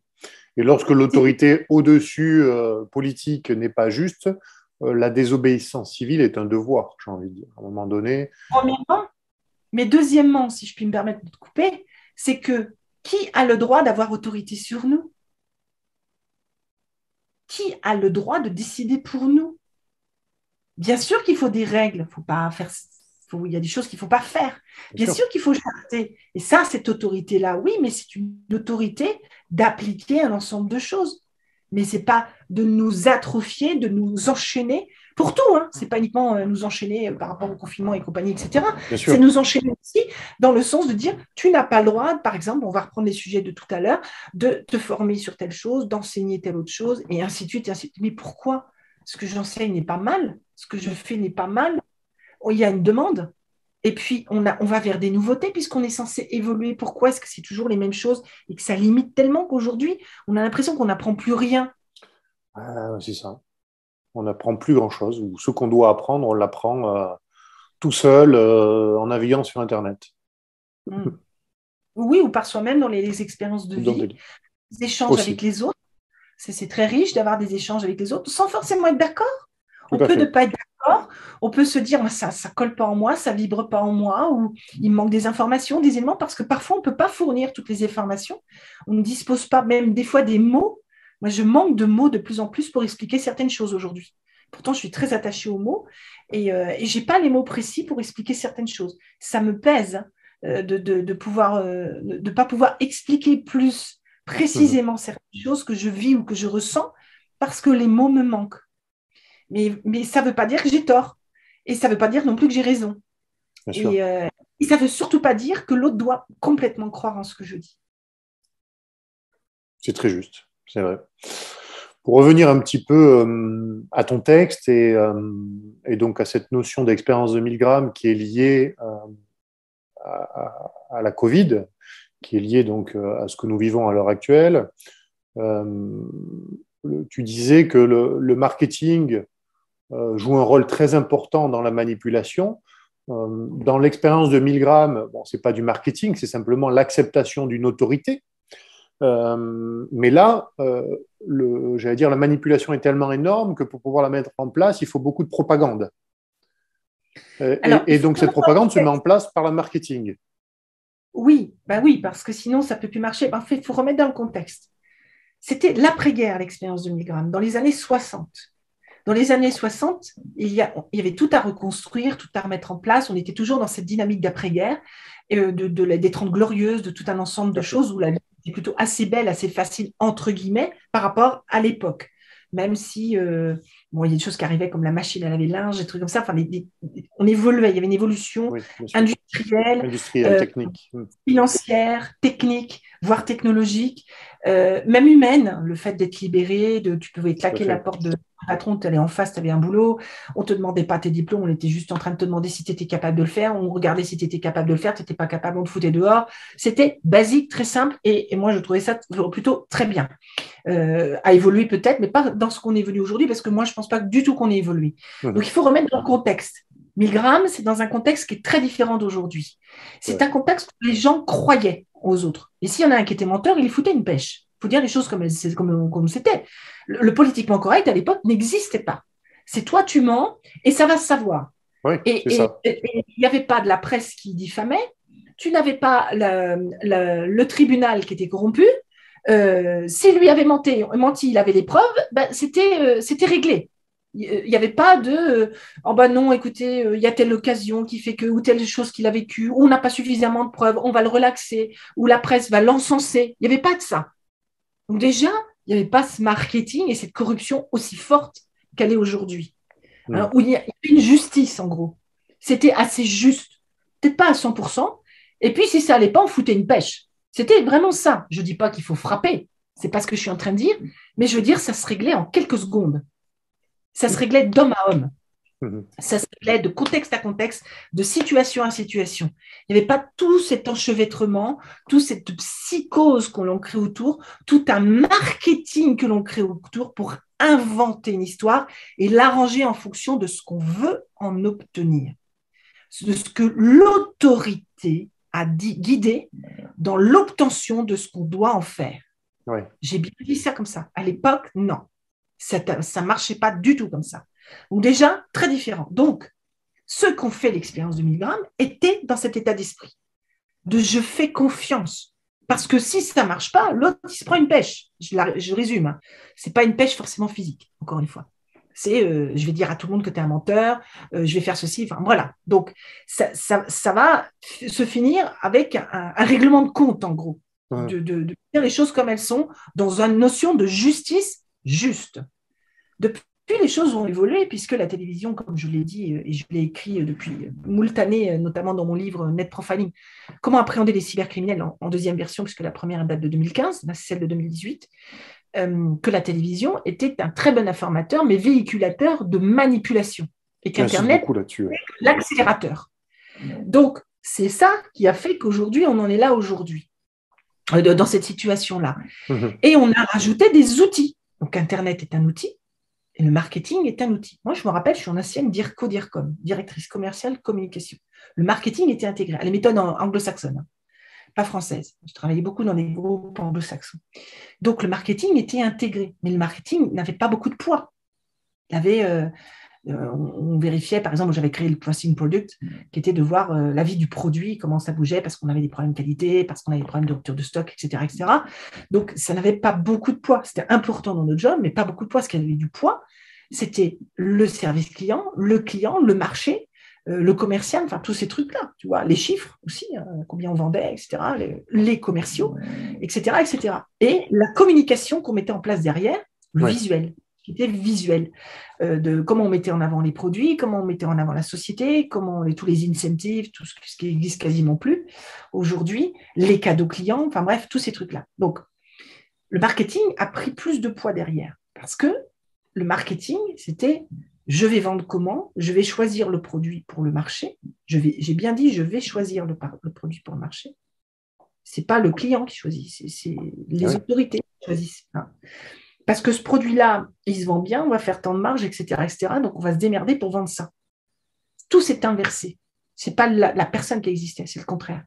Ça, c'est du marketing. Et je mets toute la broderie qui va autour tout pour à que fait. ce soit produit, machin, etc. Et en tout comme ça. Ce n'est pas uniquement sur le produit physique, c'est aussi tout sur le packaging. La politique, à commencer par ça. Eux, ils utilisent beaucoup du marketing pour mettre en avant ceci et cela. Par l'encensement, tout ce que tu veux. Comment je me lifte, comment éventuellement je me fais je mets tel vêtement, etc. Tout l'enveloppe, en fait. C'est presque plus que ça, d'ailleurs. Voilà. Et aujourd'hui, c'est ce que j'allais dire. On en est arrivé aujourd'hui à ce que ce soit l'IA qui décide de comment tu vas gagner ta vie, de comment tu vas t'habiller, de comment tu vas… J'ai vu une publicité l'autre fois qu'il fallait appeler le gouvernement si on ne savait pas comment s'occuper de son enfant. Mais au secours, jamais. Mais jamais. Mais jamais, jamais, jamais, jamais. Moi, je préfère appeler ma grand-mère, ma mère ou je ne sais pas qui. Oui. Tu es grand-mère aujourd'hui, donc j'en suis pas là. Mais tu vois ce que je veux dire? Mais jamais. C'est pas un État, c'est pas des gens corrompus qui vont me dire ce que je dois faire avec mon enfant. Ça, jamais. Même de ma vie déjà. Donc, l'autorité a été enveloppée dans un magnifique packaging par le marketing. C'est qu'on en a fait quelque chose comme si c'était le Graal, qu'il faut suivre, qu'il faut écouter, qu'il faut aller chercher, qu'il faut suivre dans le sens aussi, le suivre dans le sens écouter, faire comme, mais aussi en même temps suivre la voie. Oui, et que si tu te mettais sur un chemin de fer, et si tu es à côté, tu es un bon à rien, tu ne vaux rien, et l'autorité va te qualifier comme tel. Donc voilà. Et c'est ce qui nous mène au puçage. C'est ce qui nous mène au puçage. Donc, du coup, quand on en arrive dans ce système-là, dans ce cheminement-là, j'appelle ça de la lobotomie. On peut en sortir. Mais si à un moment donné, face à X preuves, on ne les voit pas, et je ne vois pas comment on va en sortir. Là, les gens comprennent. Là, c'est en train de complètement s'inverser. Oui, c'est en train de changer, effectivement, un peu. Et l'expérience de 1000 grammes a mis en avant que quand on suit l'autorité, elle se fait bien, elle se met bien en place sur des profils qui ne remettent pas en cause l'autorité. Tu fais l'expérience de 1000 grammes aujourd'hui de la même façon par rapport au contexte là, on n'aura absolument pas les mêmes résultats. Oui, probablement. Oui. Pour plein de raisons. 2 ou 3 ans plus tôt, on aurait eu des résultats proches, pas similaires, mais qui auraient été assez importants. Là, aujourd'hui, non. Parce que les gens ne veulent plus monter les volts parce qu'ils ont compris qu'on leur faisait mal. C'est-à-dire que c'est facile de pousser le bouton quand ce n'est pas toi qui reçois le truc, tu vois. Oui, c'est ça. Facile, c'est comme la délation, tu vois. C'est facile de dire c'est l'autre parce que moi, ça ne va pas m'impacter. La délation est tellement plus facile, c'est qu'on se cache derrière quelque chose, mais c'est interdit, la délation. Par exemple, si là, ils se rendent compte que c'est à eux qu'on fait mal, peut-être pas eux personnellement, mais ils ont peut-être perdu quelqu'un de proche, ils ont peut-être quelqu'un d'impacté proche, etc., qui fait que c'est eux qui sont impactés. Donc, ils ne vont plus pousser le bouton. Là, ils vont réfléchir, pour ceux qui réfléchissent. Et, autre point, c'est qu'en face, on remet en doute le titre de la personne. Qu'on ne s'occupe plus, ou de moins en moins du titre, qu'on s'occupe du résultat. J'en parlais il n'y a pas longtemps avec une cliente au Québec qui disait que ce n'est pas le titre qui fait quelque chose, c'est qu'on voit ce que la personne elle a fait et son passif. Et ce qu'elle apporte. Et ce qu'elle apporte, exactement. Et comme elle a beaucoup de résultats, Quand cette personne, on estime qu'elle a suffisamment de résultats, c'est en cela qu'on fait confiance, mais pas en ce que les autres peuvent dire ou faire. C'est ça, et leur instinct, ce qui est bien aussi. C'est une clé importante que tu donnes encore là, parce que c'est vrai que de vouloir toujours s'arrêter au titre, finalement, le titre qu'a donné, on pourrait dire, qu'a validé un système en place, qui donne une certaine autorité à quelqu'un parce qu'il a un titre, ce n'est pas toujours le gage, finalement, de la bonne connaissance, du bon savoir ou de quelque chose de positif qui va vous amener. Et c'est même parfois l'inverse, c'est-à-dire qu'il va user et abuser de son titre pour mieux manipuler les gens. Donc ne plus faire uniquement confiance au titre, comme tu dis, c'est très important et je pense que ça, justement, c'est une clé importante pour que les gens arrivent à se dire, bon, ok, ils ont des titres importants, mais je suis capable, moi aussi, en cherchant, de remettre en question ça. Mais en plus, les titres s'achètent. Oui, aussi. Il y a des gens, je te l'ai dit, moi, je ne mets jamais mon titre de docteur nulle part, même si tout le monde me l'a donné dans le monde scientifique, parce qu'officiellement, je ne l'ai pas eu. Les titres professionnels que je l'ai, on me les a donnés. J'ai jamais inventé, je me suis jamais. Certains ont dit que je m'étais autoproclamée pour ceux qui voulaient me détruire, mais non, c'est ce qu'on m'a donné.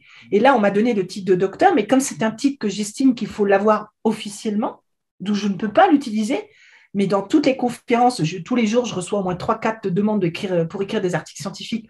Je reçois en moyenne 5 à 10 demandes par mois pour faire des conférences scientifiques. Ça s'est un peu calmé au moment du Covid, mais ça repart. Donc, moi, je leur ai écrit, hein, j'aurais dit, moi, si je viens, j'ai pas de masque, pas de passe, moi, je viens. Mais si j'ai ça, je ne viens pas. Et beaucoup m'ont répondu, on est d'accord avec vous, eh bien, on attend et on reviendra à ce moment-là. Puisque c'est l'année prochaine. Mais beaucoup sont d'accord, hein, dans le monde scientifique. Oui, non, mais ça ne m'étonne pas. Ils sont très clairs là-dessus. Eh bien, je n'utilise pas ce titre de docteur parce qu'on ne me l'a pas donné et je ne cours pas forcément après. Je n'en ai pas besoin pour être ce que je suis, pour faire ce que je fais. Bien sûr. Mais il y a beaucoup de gens qui ont eu des titres. Il y a eu beaucoup de gens où on a donné des titres, comme les médailles. Je pense à la Légion d'honneur, parce que tu sais, tout le monde sait que je suis passionnée du Premier Empire. Oui. Et grand Dieu qu'elle a été galvaudée, cette Légion d'honneur. Grand Dieu qu'elle a été galvaudée. Oh. Et moi, je vais dire un truc, si quelqu'un me l'offre demain, jamais. Je ne veux pas me mélanger avec toutes ces personnes qui ont eu des légions d'honneur à tort. Jamais. Tout est faux maintenant. Tout a été inversé et perverti, c'est faux. Non, c'est perverti, c'est le mot juste. Donc, ce qu'il faut, c'est voir la personne, comment vous la ressentez. Surtout pas se préoccuper de ce qui se passe dans la presse, surtout mainstream, même s'ils sont en train de faire des mea culpa. Là, j'ai vu ça, il y a plein de mea culpa qui sortent. C'est très agréable. Maintenant, moi, j'attends le mien personnellement. Du reste, à titre personnel, je veux un vrai mea culpa, me concernant, public. Et je pense que tous ceux qui ont été à tort discriminés, critiqués, voire emmenés en justice à tort aussi, auront les mêmes envies que moi. J'en ai pas besoin pour vivre. Hein. C'est juste que je veux que j'aime bien quand la pendule est à l'heure. J'aime bien le côté juste. J'ai toujours été comme ça. Mais j'en ai absolument pas besoin pour vivre. Ça me changera même pas ma vie. Mais c'est voilà. Et donc c'est toutes ces personnes-là qui écrivent ou font. C'est à vous de voir si c'est juste ou pas. Fouinez.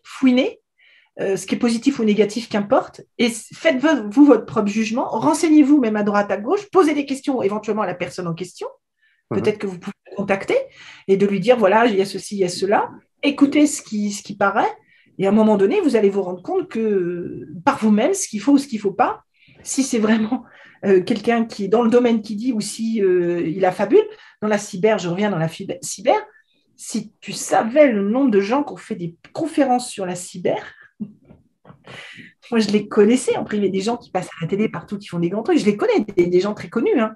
Des fois, je les vois en off. Je dis, bon, écoute, j'ai écouté ta conférence. Elle me dit, ouais, mais tu sais bien que j'y connais rien en cyber. Bah, je dis, oui, je n'ai pas compris. Pourquoi tu as fait ça? On me l'a demandé. Ah, j'ai dit, d'accord. Tu me fais passer quand pour que j'explique vraiment ce que c'est que la cyber? Bah, surtout pas toi. Surtout pas toi. Ils me disent, ça fait des années que je l'entends. C'est des gens. Il y en a un, maintenant, il rase les murs quand il me voit. Il ne sait plus quoi dire. Je lui veux aucun mal. Je lui en veux pas. Il est au gouvernement, tout ça, je n'en veux pas du tout. Il a exécuté des ordres, c'était son choix, c'est son libre arbitre, je n'ai pas à le juger. Oui, mais c'est de la soumission. Ils se soumettent pour une carrière, ils se soumettent pour des postes, ils se soumettent pour de l'argent, ils se soumettent pour beaucoup de choses sans… Beaucoup de raisons. beaucoup de fausses raisons, en fait, beaucoup de mauvaises raisons, souvent. C'est-à-dire que Oui. c'est ce qu'on appelle finalement, j'allais dire, ils vendent leur âme. Ah oui. Quand on dit l'expression vendre son âme au diable, bah, ça signifie qu'on est prêt finalement à se rabaisser et pour À pas se faire finalement respecter. à pas se faire respecter simplement parce qu'on se fait acheter, en fait. Et on trouve ça confortable. Et c'est tellement facile d'aller dans ce sens-là, plutôt que Ah d'être oui, droit dans ce sens-là et d'être droit avec soi-même. Qu'on ait tort ou raison, encore une fois. Mais complètement. c'est quand je les vois, moi, il y en a un, il a lâché, il a fait une toute autre carrière qui est très connue. Je l'ai vu l'autre fois à la télévision, justement. J'étais dans un hôtel où le matin, on te met du BFM au petit déjeuner. Alors, je vais te dire, le petit déjeuner, il est juste indigeste, là. Hein. C'est juste, bon, je dis à l'hôtelier, je dis, écoutez, il n'y a pas grand monde, c'est votre chaîne habituelle ou elle me dit ah bah non mais il y a quelqu'un qui est arrivé, s'ils n'avaient pas son BFM, elle me dit surtout BFM c'est pire que tout. Là. Ça c'est le propriétaire de l'hôtel qui a dit ça devant tout le monde. Donné, je suis d'accord avec vous, puis du coup les autres ont fait pareil sauf une table. Là on a compris qu'ils étaient BFM à mort. Et du Oui. coup on a parlé entre nous tous et c'était très rigolo. Et donc cet ami-là était passé un matin dans une de ses émissions et j'écoutais, je voyais des lapins jouer dans le parc. Ça me faisait beaucoup plus rire que de regarder, d'écouter leurs bêtises, là. Et j'entends ça, je dis, tiens, un discours intelligent, puis je connaissais de voix, je regarde, ah, mais du coup, je l'ai appelé après. Je dis, tiens, tu m'as fait ma journée, je lui ai dit. J'ai dit, tu parlais de choses très intelligentes, c'était bien, pas du tout dans la politique, hein, voilà. Mais bref, donc ces gens-là, et lui, il en fait partie, il dit, moi, j'arrête, j'en ai marre qu'on me fasse faire des choses, c'est pas moi. Ça ne Oui, correspond pas à mes valeurs, ce c'est n'est pas ça. pour ça que j'ai signé. Je mens aux gens, je me mens à moi-même, je ne refuse cette autorité. Et aujourd'hui, il se bat dans d'autres domaines où il est libre de se battre, il est tout seul, alors il se bat vraiment. Il est dans les causes animales, en fait, dans tout ce qui est animal. Et il sait D'accord. combien j'aime ça aussi, on partage beaucoup tous les deux là-dessus. Et je lui dis, tu as besoin de moi, je suis là, n'hésite pas. Il me dit, t'inquiète, je sais. Et, euh, et là, il est beaucoup plus libre, mais il est face à des tas de gens qui sont dans cette autorité, qui suivent les moutons. Tu vois, on parlait des éoliennes. Euh, c'est aussi une des choses que je supporte pas, puisque justement, ça détruit l'humain, mais la nature également, hein, faune et flore. Et j'en parlais avec des agents immobiliers, puisque je suis toujours dans ma recherche de maison, je l'ai dit dans quelques vidéos pour être pas loin de ta région, un petit peu, on va voir, c'est ce que je trouverais. Et donc, comment dire, les agents disaient que ils se battaient aussi contre les éoliennes parce qu'ils se sont rendus compte des dégâts que ça faisait, de ce que ça occasionnait, et Oui, l'immobilier chute. Il faut quand même savoir qu'une maison, c'est minimum 30% en moins de sa valeur quand il y a des éoliennes qui arrivent. Autrefois, c'est avant, que quand elles étaient installées. Maintenant, c'est quand elles arrivent. Donc, quand on voit le développement sur la côte atlantique, c'est juste impressionnant. Et donc, les paysans se mettent aux tribunaux alors qu'ils étaient amis, voisins. Enfin, donc, c'est une galère, pas possible. Donc, ça commence à faire freiner les gens. Et il y en a un qui me disait, mais oui, mais si moi, j'accepte pas en tant que maire, il y avait un agent immobilier qui était maire aussi, bah, c'est le voisin qui va prendre. J'ai dit, donc, ça ne vous dérange pas de détruire la nature, de cautionner cela?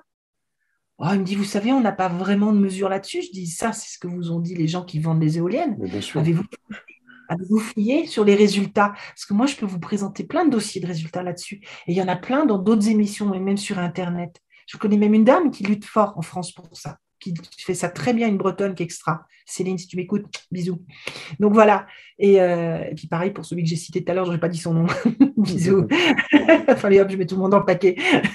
Mais voilà, tu vois, et cette réflexion-là, je dis, monsieur, parce que vous estimez que l'enveloppe que vous allez toucher, hein, parce qu'on sait qu'il y a du cash C'est hein, ça. là-dessus, très clair, pour vous et les paysans qui vont louer leur parcelle parce qu'ils n'achètent pas. Hein. Faut pas. Non, non, non, c'est moins avantageux. J'ai dit donc pour cet argent que vous allez toucher, plus les subventions derrière, vous êtes prêt à vendre votre âme, à vendre toute votre identité, tout ce que vous êtes en tant que peut-être être humain, pour détruire d'autres êtres humains, détruire des animaux, détruire la végétation. Vous êtes prêt à ça? Oh, il me dit, vous savez, vous exagérez. Je dis, mais est-ce que vous avez réfléchi au fait que j'exagère vraiment? Mais il me dit, mais tout le monde fait ça. La masse. À la masse. C'est toujours cette théorie de la masse, finalement. Je dis, vous êtes sûr que tout le monde fait ça? Je dis, parce que Hmm. peut-être que tout le monde a fait ça. Et que maintenant, c'est en train de venir en arrière parce qu'il y a trop de problèmes, il y a trop de recul, un peu comme ce qui se passe en ce moment avec le SRAS-CoV-2.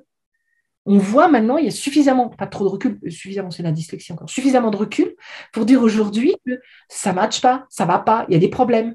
Oui, complètement. Et tu as fait une étude d'ailleurs, tu disais dessus sur les comportements des gens qui se testaient et qui se vaccinaient. Et donc, tu peux peut-être nous en parler. Tu nous disais finalement quelles étaient les spécificités, j'allais dire, de la résistance, de ceux qui résistent au vaccin par rapport à d'autres vaccins notamment. Et tu faisais ressortir, je crois d'ailleurs, que ceux qui y cédaient le plus, c'était notamment les plus diplômés. Alors oui, c'est ce qui était très étonnant, c'est que ceux qui étaient dans le moule, voilà, on revient encore On parce revient au qu'ils moule, sont ouais. dans l'autorité. C'est qu'on leur a appris à l'école cela. Sur les éoliennes, j'ai eu le parallèle avec une petite jeune l'autre fois, justement, qui s'est lancée, qui était en stage en agent immobilier, qui disait, mais on nous a appris à l'école que les éoliennes étaient très bien, donc pourquoi vous dites ça? Voilà, Oui, c'est exactement ça. C'est qu'on leur apprend plein de choses, on leur inculque plein de choses, on leur bourre le mou, ils doivent passer des examens dessus. Si dans leur examen, ils ne disent pas à la lettre ce qu'on leur a appris, ils n'ont pas l'examen, donc ils doivent mentir. Et donc, s'ils l'ont eu, ça veut dire qu'ils rentrent dans le système, il faut qu'ils continuent dans le système à être des parfaits exécutants de l'autorité, de l'ordre, de la normalité. C'est tous ces mots-là qui ont été inculqués exprès pour, et j'en oublie. Et donc, on a aussi beaucoup de gens plus diplômés dans les grandes villes, donc suivent la masse. Parce qu'un tel fait, tout ça, j'ai pas le temps de réfléchir le soir. Et puis finalement, ça a l'air bien. Pourquoi l'État nous mentirait? Pourquoi ces soi-disant scientifiques, je remettrais en cause le fait que ce ne soit pas des scientifiques à la télévision. Et puis c'est dit à la télévision, donc que j'écoute le soir parce que je suis fatiguée pour essayer de m'instruire et faire autre chose, ou voir le week-end. Et puis parce que le petit est malade, et puis parce que mon mari, ça se passe pas bien, ou ma femme, elle a pas rangé les chaussettes, etc., etc. Qui fait que on fait tout pour ne pas laisser de temps pour s'ouvrir. Et donc, c'est ces gens-là qui ont beaucoup plus basculé dans les travers de ce marketing 1000 grammes qui est devenu ce que c'est devenu aujourd'hui pour pouvoir suivre cette masse pensant qu'elle est bien pensante pour eux, qu'elle est bien équilibrée pour eux, qu'elle est un bon guide pour eux, sans remettre en question et même accepter la remise en question de qui que ce soit jusqu'à dire toi, t'es qu'un bouseux parce que tu vis en province. Bon, un bougeux, il a 2 mots à te dire. Non, mais je l'ai entendu. Hein. Et pas que moi. Donc, en effet, cette étude que j'ai faite, humble étude, hein, parce que je l'ai fait sur un panel relativement important, auprès aussi de ma clientèle, surtout dans le médical. J'ai beaucoup de clients dans le médical, ou dans la psycho. Et d'autres, hein, j'ai pris tout un ensemble de choses dans mon propre environnement un peu plus éloigné, puisque moi, personne n'est injecté dans mon environnement proche. J'ai cette chance-là. Et donc, d'avoir fait un retour, j'ai fait cette vidéo, je crois, en septembre l'année dernière de mémoire, et beaucoup de commentaires sont venus dessus, elle est toujours sur ma chaîne YouTube, où les gens étaient plutôt d'accord avec ça. J'ai parlé aussi de pénurie humaine, où on arrivait vers une vraie pénurie humaine, qui étaient des incidences aussi de cette injection, donc de ceux qui l'ont faite et de ceux qui la refusent, qui ne peuvent pas trouver du travail puisque des entreprises croient que c'est obligatoire de se faire injecter alors que ce n'est pas vrai. Et qui ne peuvent pas l'obliger d'ailleurs. Et qui n'ont pas le droit exactement de l'obliger. C'est important de le dire. Pas plus que l'État, s'il y a un État qui existe.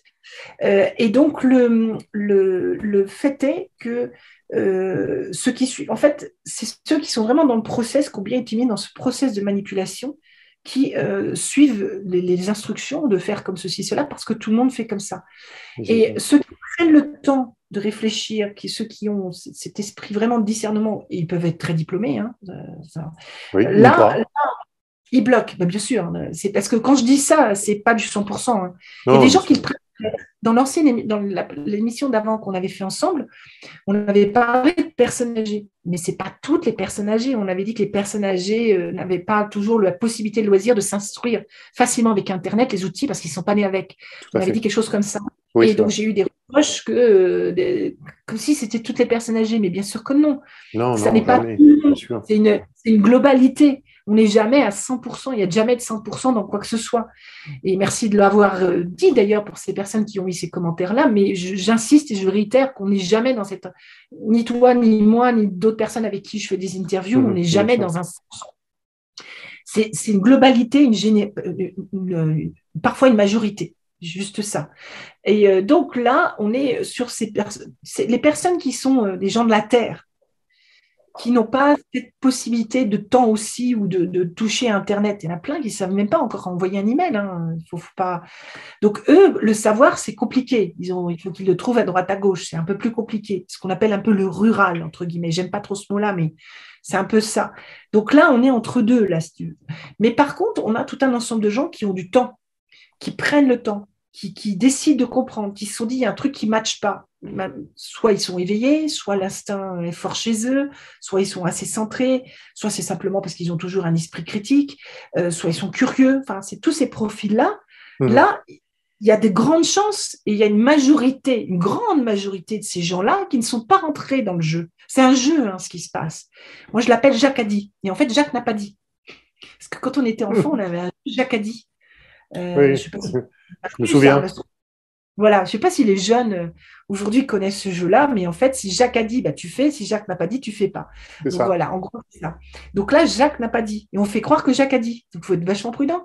Et donc, tous ces gens-là, eux, ils ont vraiment une approche qui est plus analytique, plus dans le questionnement et dans la curiosité, mais même de se dire pourquoi là, il y a des critiques, parce qu'il y a un truc qui est imparable.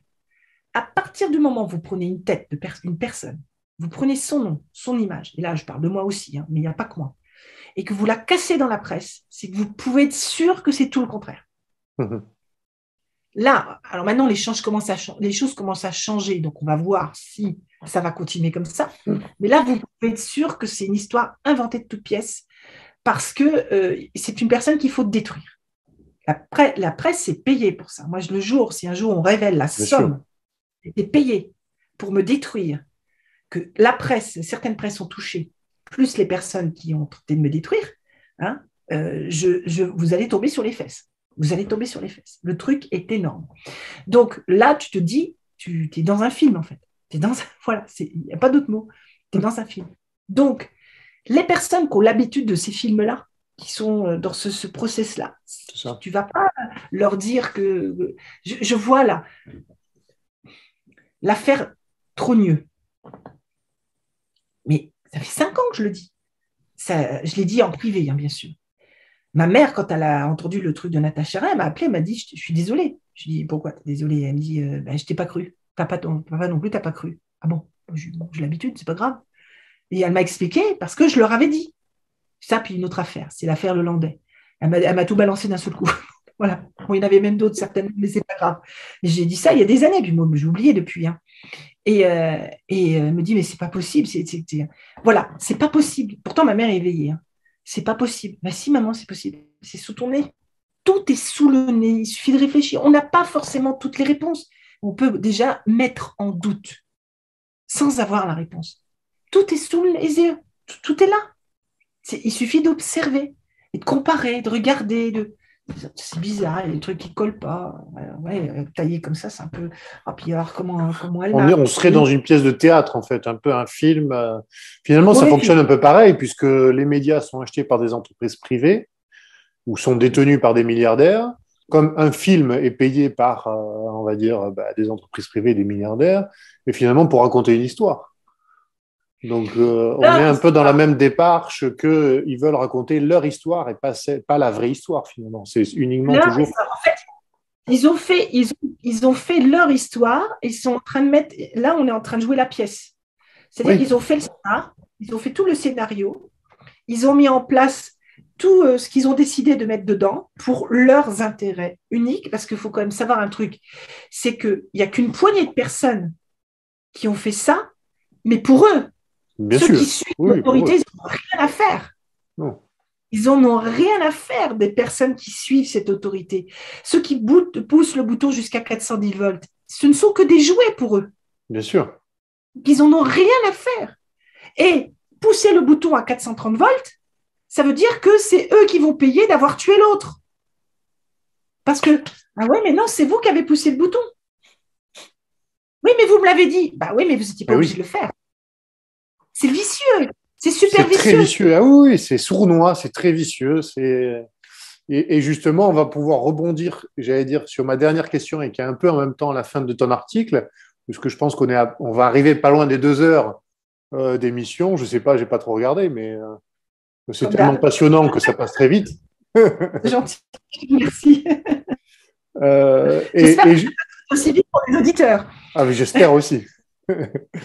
Et c'est justement cette notion qu'il faut que justement les gens qui suivent et les gens qui mettent en place ça et qui se soumettent à cette expérience de 1000 grammes aussi sournoise finalement, il faut qu'ils comprennent qu'ils sont victimes, mais comme tu disais aussi, ils sont aussi bourreaux d'eux-mêmes et bourreaux pour leur famille, bourreaux pour leurs amis, tout en étant victimes finalement d'un produit expérimental, donc qui connaissent très peu de choses, qui a été mis, et là je reprends les propos peut-être du docteur Perron, du professeur Perron, qui a été mis sur le marché dans le cadre d'une autorisation de mise sur le marché qu'on appelle l'AMM conditionnelle, qui a été mis sur le marché parce qu'ils ont interdit toute forme de traitement préventif et ils ont interdit aux médecins de soigner. Donc ça veut dire qu'en fait, ils sont doublement victimes, tous ces journalistes qui font la promotion, ils ne s'en rendent souvent même pas compte.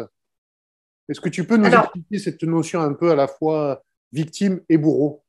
On est dans le processus du triangle de Karpman, de la manipulation, persécuteur, sauveur, victime. Le journaliste se croit sauveur, on va prendre l'exemple du journaliste, se croit sauveur en pensant dire la vérité, sachant que, attention, je ne vais pas les plaindre, ils savent très bien qu'ils ne disent pas la vérité. À différentes échelles, mais à grande majorité, ils savent très bien qu'ils ne disent pas la vérité. Je ne vais pas les plaindre, je l'ai vu pour moi. Par exemple, le droit de réponse. C'est obligatoire de faire un droit de réponse. Je l'ai fait dans les règles, je ne l'ai jamais eu. Et je ne suis pas la seule. Je dis mon cas parce que mon cas correspond à plein de cas. Je ne l'ai jamais eu. Donc déjà, ça, quand vous ne voyez pas un droit de réponse, vous pouvez être sûr d'une chose, c'est que ça vous donne une mesure de plus, déjà. Donc, ils vont se considérer comme des sauveurs, de dire, mais nous, on vous informe, on vous dit la vérité, regardez, on vous faire intervenir telle et telle personne, etc., pseudo-machin, etc. On va contrecarrer un Raoult dans la presse, on va contrecarrer un Perron, des gens surtout Perron. Moi, j'apprécie beaucoup le professeur, je crois, Perron. Oui. Je l'apprécie vraiment beaucoup. Le professeur Raoult aussi. Il y a un petit côté chinois qui m'ennuie un peu, mais c'est une sommité dans son domaine. Mais le professeur Perron est quelqu'un, je l'ai dit dans Hold Up et je le redis, celui-ci, il faut le mettre en tant que manager. Vous lui laissez manager quelque chose, il va tout vous mettre d'équerre. C'est un meneur, c'est un dirigeant. C'est un très bon profil. C'est un carré. Ouais, non, il est bon. Je l'ai dit dans Hold Up. Dans un des profils que j'ai fait, c'était lui. Et je l'ai dit, lui, c'est le seul qui nettoiera d'équerre tout ce côté médical. Pour moi, c'est le professeur Perron. Vraiment, c'est quelqu'un que j'aime vraiment beaucoup en termes de profil. Il est carré, il est assez pur, il est dans ses convictions, il est droit. Oui. Il sait que s'il a tort, mais il y va. Et c'est un fonceur. Et ça, j'adore ça. Il est toujours resté sur sa ligne de conduite. Et je l'avais dit je réitère dans le top. J'avais dit aussi que, c'est Blachier, son prénom, je ne sais plus. Oui. J'avais dit aussi que lui, il serait mal à l'aise à un moment donné, il switcherait. Et puis Pierre a tous les trucs. Hein. Donc bon, voilà. Donc, pour en revenir à ça, donc, les journalistes présentent et sont présentés comme des sauveurs, puisqu'ils ont l'autorité de transmettre des messages dans la crédibilité, puisque l'autorité a décidé qu'ils étaient crédibles. Bien. Donc, les personnes qui font les 430 volts, on va rester sur 1000 grammes, hein, 415 ou 430, de toute façon, à ce niveau-là, ça commence à être beaucoup. Même déjà 10 volts, c'est déjà de trop. Donc, les personnes qui en sont là, donc, eux, ils se considèrent investis d'un pouvoir pour pouvoir le faire parce qu'on leur a confié ce pouvoir chapeauté par une autorité qui leur a dit « mais tu peux y aller, c'est bon, c'est nickel chrome ». Donc, mais personne ne les a forcés à appuyer. C'est là où ils deviennent bourreaux. C'est qui va obliger de faire du mal à quelqu'un. La personne à qui tu appuies dessus, là, tu le connais? Tu le connais, ce monsieur-là ou cette dame-là là, non, pourquoi tu lui fais du mal? Ben, on m'a dit que. Pourquoi tu as rempli les camps de concentration? Pourquoi tu as rempli les trains? Les trains. C'est ce cher monsieur Eichmann de Jérusalem. Il était conducteur, il a amené les gens en Allemagne nazie, et il Voilà. disait, moi, je n'ai fait que conduire les trains. Et celui qui Voilà. participe à la propagande, finalement, il appuie sur le bouton médiatique, en fait, de la Pourquoi? manipulation. Mais pourquoi? C'est ça. Pourquoi tu as mis une croix jaune pour les juifs? Pourquoi tu as rempli les trains en allant chercher les gens alors que tu es assermenté force de l'État? Pourquoi tu as gazé? Je suis désolée de faire le parallèle, mais on ne peut pas faire autrement de faire le parallèle. Oui, Ah, c'est mais on m'a différents dit degrés, que... mais les mécanismes sont les mêmes, en fait. Mais ils sont les mêmes. Ils sont les mêmes. On m'a dit que j'ai reçu les ordres que... Ouais, mais ça ne t'arrive pas de réfléchir. Tu as un cerveau, là. Enfin, tu en as plusieurs, mais c'est avec plusieurs intelligences. Ça ne fonctionne pas, ça, là-haut, là? Il y a des fils qui se touchent. C'est quoi le problème, là-haut? Ta mère, elle est dans le train, tu fais quoi? Ta femme, elle est dans le train, tu fais quoi? Ton fils est dans le train, tu fais quoi? Ah, mais ça change tout. Moi, je l'ai entendu. Ça change tout. Là, je ne les mettrai pas. Oui, mais les autres, ils n'ont pas le droit de vivre. Ils n'ont pas le droit de respirer, ils n'ont pas le droit d'aimer, ils n'ont pas le droit d'être respectés. Que tu les aimes ou pas, à la limite même. On s'en Ouais, fiche. c'est le Une manque forme de... d'empathie, le manque d'humanité, le manque d'humanisme qui fait que finalement. Aimer, c'est accepter l'autre dans sa différence, même si on n'est pas d'accord. Donc, quand tu pousses le bouton, tu pousses pour qui? C'est qui en face de toi? Parce qu'au début, ils le voient, hein, ils se voient tous les deux. Après, ils ne se voient pas. Donc, qu'est-ce qui t'a fait, ce gars-là? Et quand tu as posé tes questions pour dire c'est quelle couleur, quel machin, ou ça me ramène à quel mot, etc., etc., toi-même, est-ce que tu aurais été capable de retenir de la même manière? Donc, si on fait le parallèle pour les journalistes, il faudra qu'ils payent, les journalistes, parce qu'ils savaient, vous savez, hein, tu sais, quand ils retirent le masque après l'émission, ou quand ils... Attends, on les a, les vidéos de off. Et Oui, toi et bien moi, sûr, on a vu bien les sûr. off. Hein, des interviews, moi j'en ai fait déjà depuis pas mal d'années, j'en ai fait sur des plateaux télé, on sait ce qui se passe en off, avant et après. Bien Donc il sûr. faut arrêter il y a beaucoup de choses qui sont préparées, tout ça, même les radios, il faut arrêter les bêtises. Bien Donc ils sûr. savent. Ça, quand on me dit qu'ils peuvent ne pas savoir, pas moi. Et puis au bout de 2 ans, c'est quand même un peu. Je veux bien dans les premiers mois, je veux bien. Ça, je veux bien. Là, je veux bien. Même si c'est. Bon. Mais admettons. Mais au bout de 2 ans, il faut arrêter là. Faut pas me la faire à moi. Donc il va falloir qu'ils payent. D'ailleurs, c'est ce que tout le monde veut, c'est ce que le peuple veut. Tout le peuple veut, ceux qui ont compris. Les primos injectés, les secondos injectés aussi, mais même les tertiaux, quand on voit les familles des victimes, pour ceux qui ont compris, parce que j'ai des clients qui m'ont dit, ben moi j'ai perdu un proche, c'était la 3e dose, ils n'ont pas voulu croire et voir que c'était à cause de Oui. la 3e dose. Non, mais non, bien sûr. L'éveil, la bagilas et lobotomie, vous oubliez, là c'est pas possible. Ça va être compliqué. Je ne dis pas que c'est pas possible parce qu'on ne sait jamais en fait, mais ça va être pour moi, il n'y aura pas de réveil. Et je peux me tromper. Mais quand tu regardes sur la partie journalistique, c'est que là, quand on voit par exemple le Bild danois qui a présenté ses excuses en disant nous avons répété ce que le gouvernement nous a dit, là, il se repositionne en sauveur aussi, mais également en victime. Sauveur parce que je dis au peuple mea culpa, mais en victime, ce n'était pas notre faute, c'est l'État. Oui, voilà. Mais c'est toi qui as écrit ou c'est toi qui as dit les Qui a paroles. cautionné. Donc, c'est que tu étais d'accord, c'est que tu as cautionné. Donc, tu peux faire un mea culpa, mais à un moment donné, le mea culpa, ça passe mal, quoi, vu le nombre de morts, de victimes, de blessés, de traumatisés. Parce que, attends, il y a des dégâts psychologiques, là, quand on va être sorti de ça, il y a du taf de voir tous les dégâts psychologiques qu'il va falloir remettre en place. Ah oui. Je commence à penser à ça dans l'avenir, j'en parle à mes clients, pour ceux qui veulent faire un peu comme mon métier, que je vais former, parce qu'il va y avoir un sacré boulot de nettoyer, de remettre tout ça d'aplomb. Complètement. Il va y avoir un boulot de folie. Et chez les Et enfants, oh là là. les enfants, mais les parents, les personnes isolées qui ont subi beaucoup de choses, c'est tout le monde, hein, c'est vraiment tout le monde. Hein. Il n'y a Bien pas de sûr. tranche d'âge plus qu'une autre. C'est juste l'approche qui va modifier en fonction et des profils et des tranches d'âge et de ce qu'ils ont subi, de comment ils l'ont interprété, etc., etc. Tout ce qu'il va falloir reconstruire en tous les deux. Il va y avoir un boulot de folie, de folie. Mon père me disait un truc qui n'était pas idiot l'autre fois, enfin, qui n'était pas idiot, que je trouvais pertinent, que je voulais rajouter. Je lui disais, de toute façon, ça va s'arrêter à un moment ou à un autre, et on est vers la fin, là. Et il me dit non, parce que tu vois, après la Seconde Guerre mondiale, il fallait tout reconstruire. On n'avait plus de maison, on n'avait plus de travail, on n'avait plus rien. Et j'ai écouté, j'ai réfléchi, on est passé à autre chose. Et je vais répondre maintenant. Est-ce que j'ai répondu après? J'étais avec mon fils et j'en ai parlé après. Je dis non, je ne suis pas d'accord. Parce qu'en fait, ils nous ont enlevé une chose qui est la plus importante de toutes, à mon sens. Pour les gens aujourd'hui, ce n'est pas la plus importante pour moi. Pour moi, c'est l'amour, la plus importante. Mais ce qu'ils nous ont, et ils ne nous l'ont pas enlevé, ça. Au contraire, ça s'est décuplé. Mais ils nous ont enlevé une chose qui est très importante, c'est la liberté. Ah oui.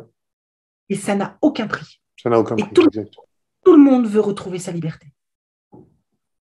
Personne ne veut d'une société d'autorisation et de contrôle. Même les injecter.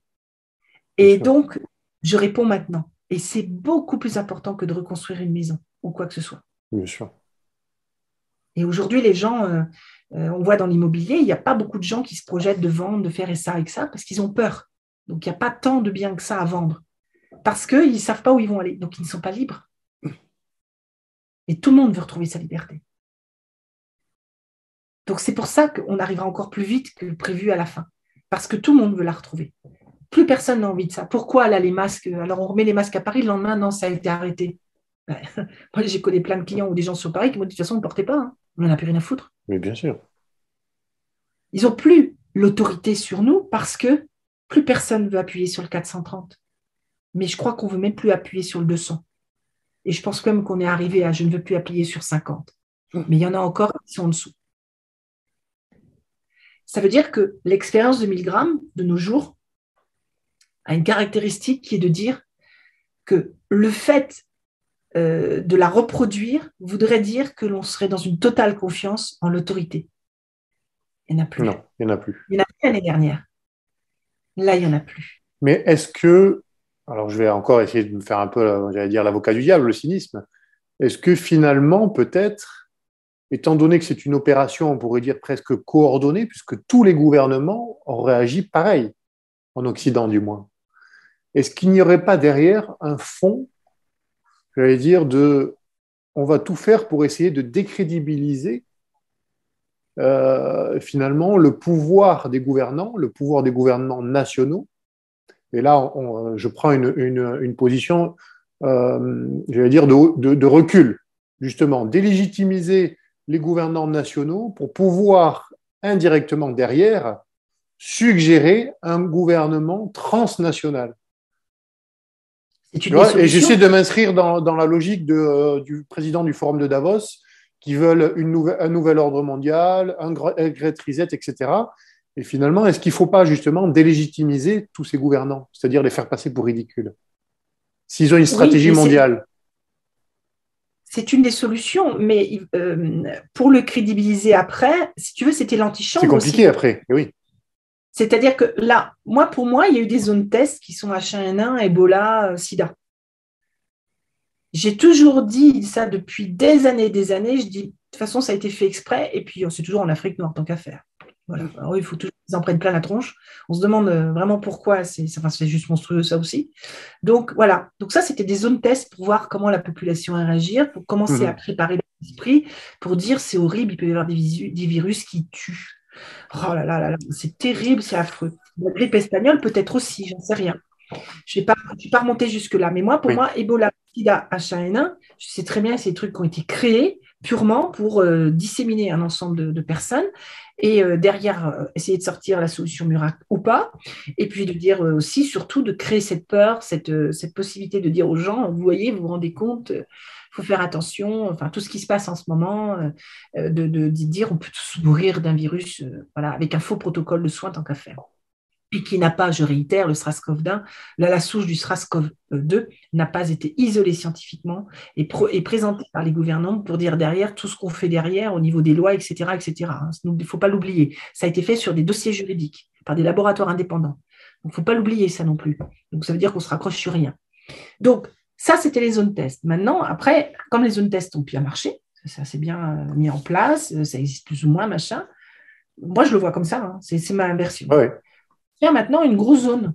Tant qu'à faire, attends, on va tous se confronter. Enfin, tous, ça n'a pas marché. Hein. Le Brésil, Turquie, et je ne sais plus où, dans le Japon, je crois. Pays, hein, ça n'a pas fonctionné. Hein. Tout à fait. Donc, l'Afrique noire, il n'y a quasiment personne en Afrique noire qui a suivi. Donc, ce n'est pas aussi important qu'ils veulent le faire croire. Mais Non. certains. Donc, radio Tam Tam, hop, vas-y, on va tous le faire, on se met tous en place, on fait une petite réunion avant hein, pour voir comment ça marche. En 2018, de mémoire, alors quel est le protocole quand tu auras un gros virus qui va s'appeler Covid? Qu'est-ce que ça va donner en 2018 hein. Et puis, alors, qu'est-ce qu'on va faire? Donc, tout le protocole, qui est exactement ce qui se passe aujourd'hui, tout ce qu'ils ont mis en place, tout ce qu'ils ont fait, c'est exactement ce qui arrive maintenant, depuis l'année dernière.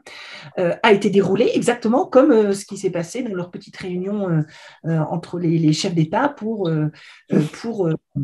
dire ce qu'il fallait faire quand ça va arriver. Donc voilà, donc tout était prémédité. On le voit hein, sur le procès de Fauci, on le voit sur plein de choses. Donc Fauci, tous ces gens-là sont des plus ou moins antichambres de cet ordre mondial. Donc si les antichambres tombent, qui, eux, alimentaient le sujet de l'ordre mondial, bah, le sujet de l'ordre mondial est remis en question, mathématiquement. Tout à fait. Donc, je ne pense pas... Alors, ils vont, à mon avis, faire sauter des fusibles du genre, oui, on se désolidarise d'un tel et d'un tel et d'un tel parce que ça ne matche pas. Tout à fait.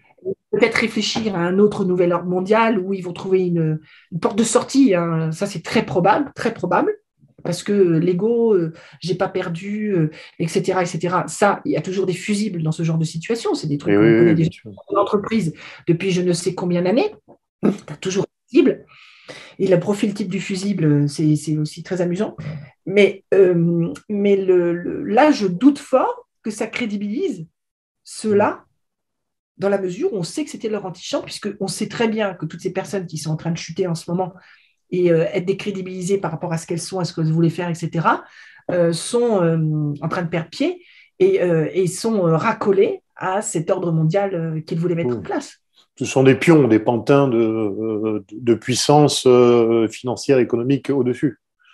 Oui, et puis aussi par rapport à leur profil. Ils ont le profil type de faire certaines choses. Ah ben oui, complètement. Ils sont choisis exprès, et notre président français, clairement, a été choisi exprès en fonction de son profil.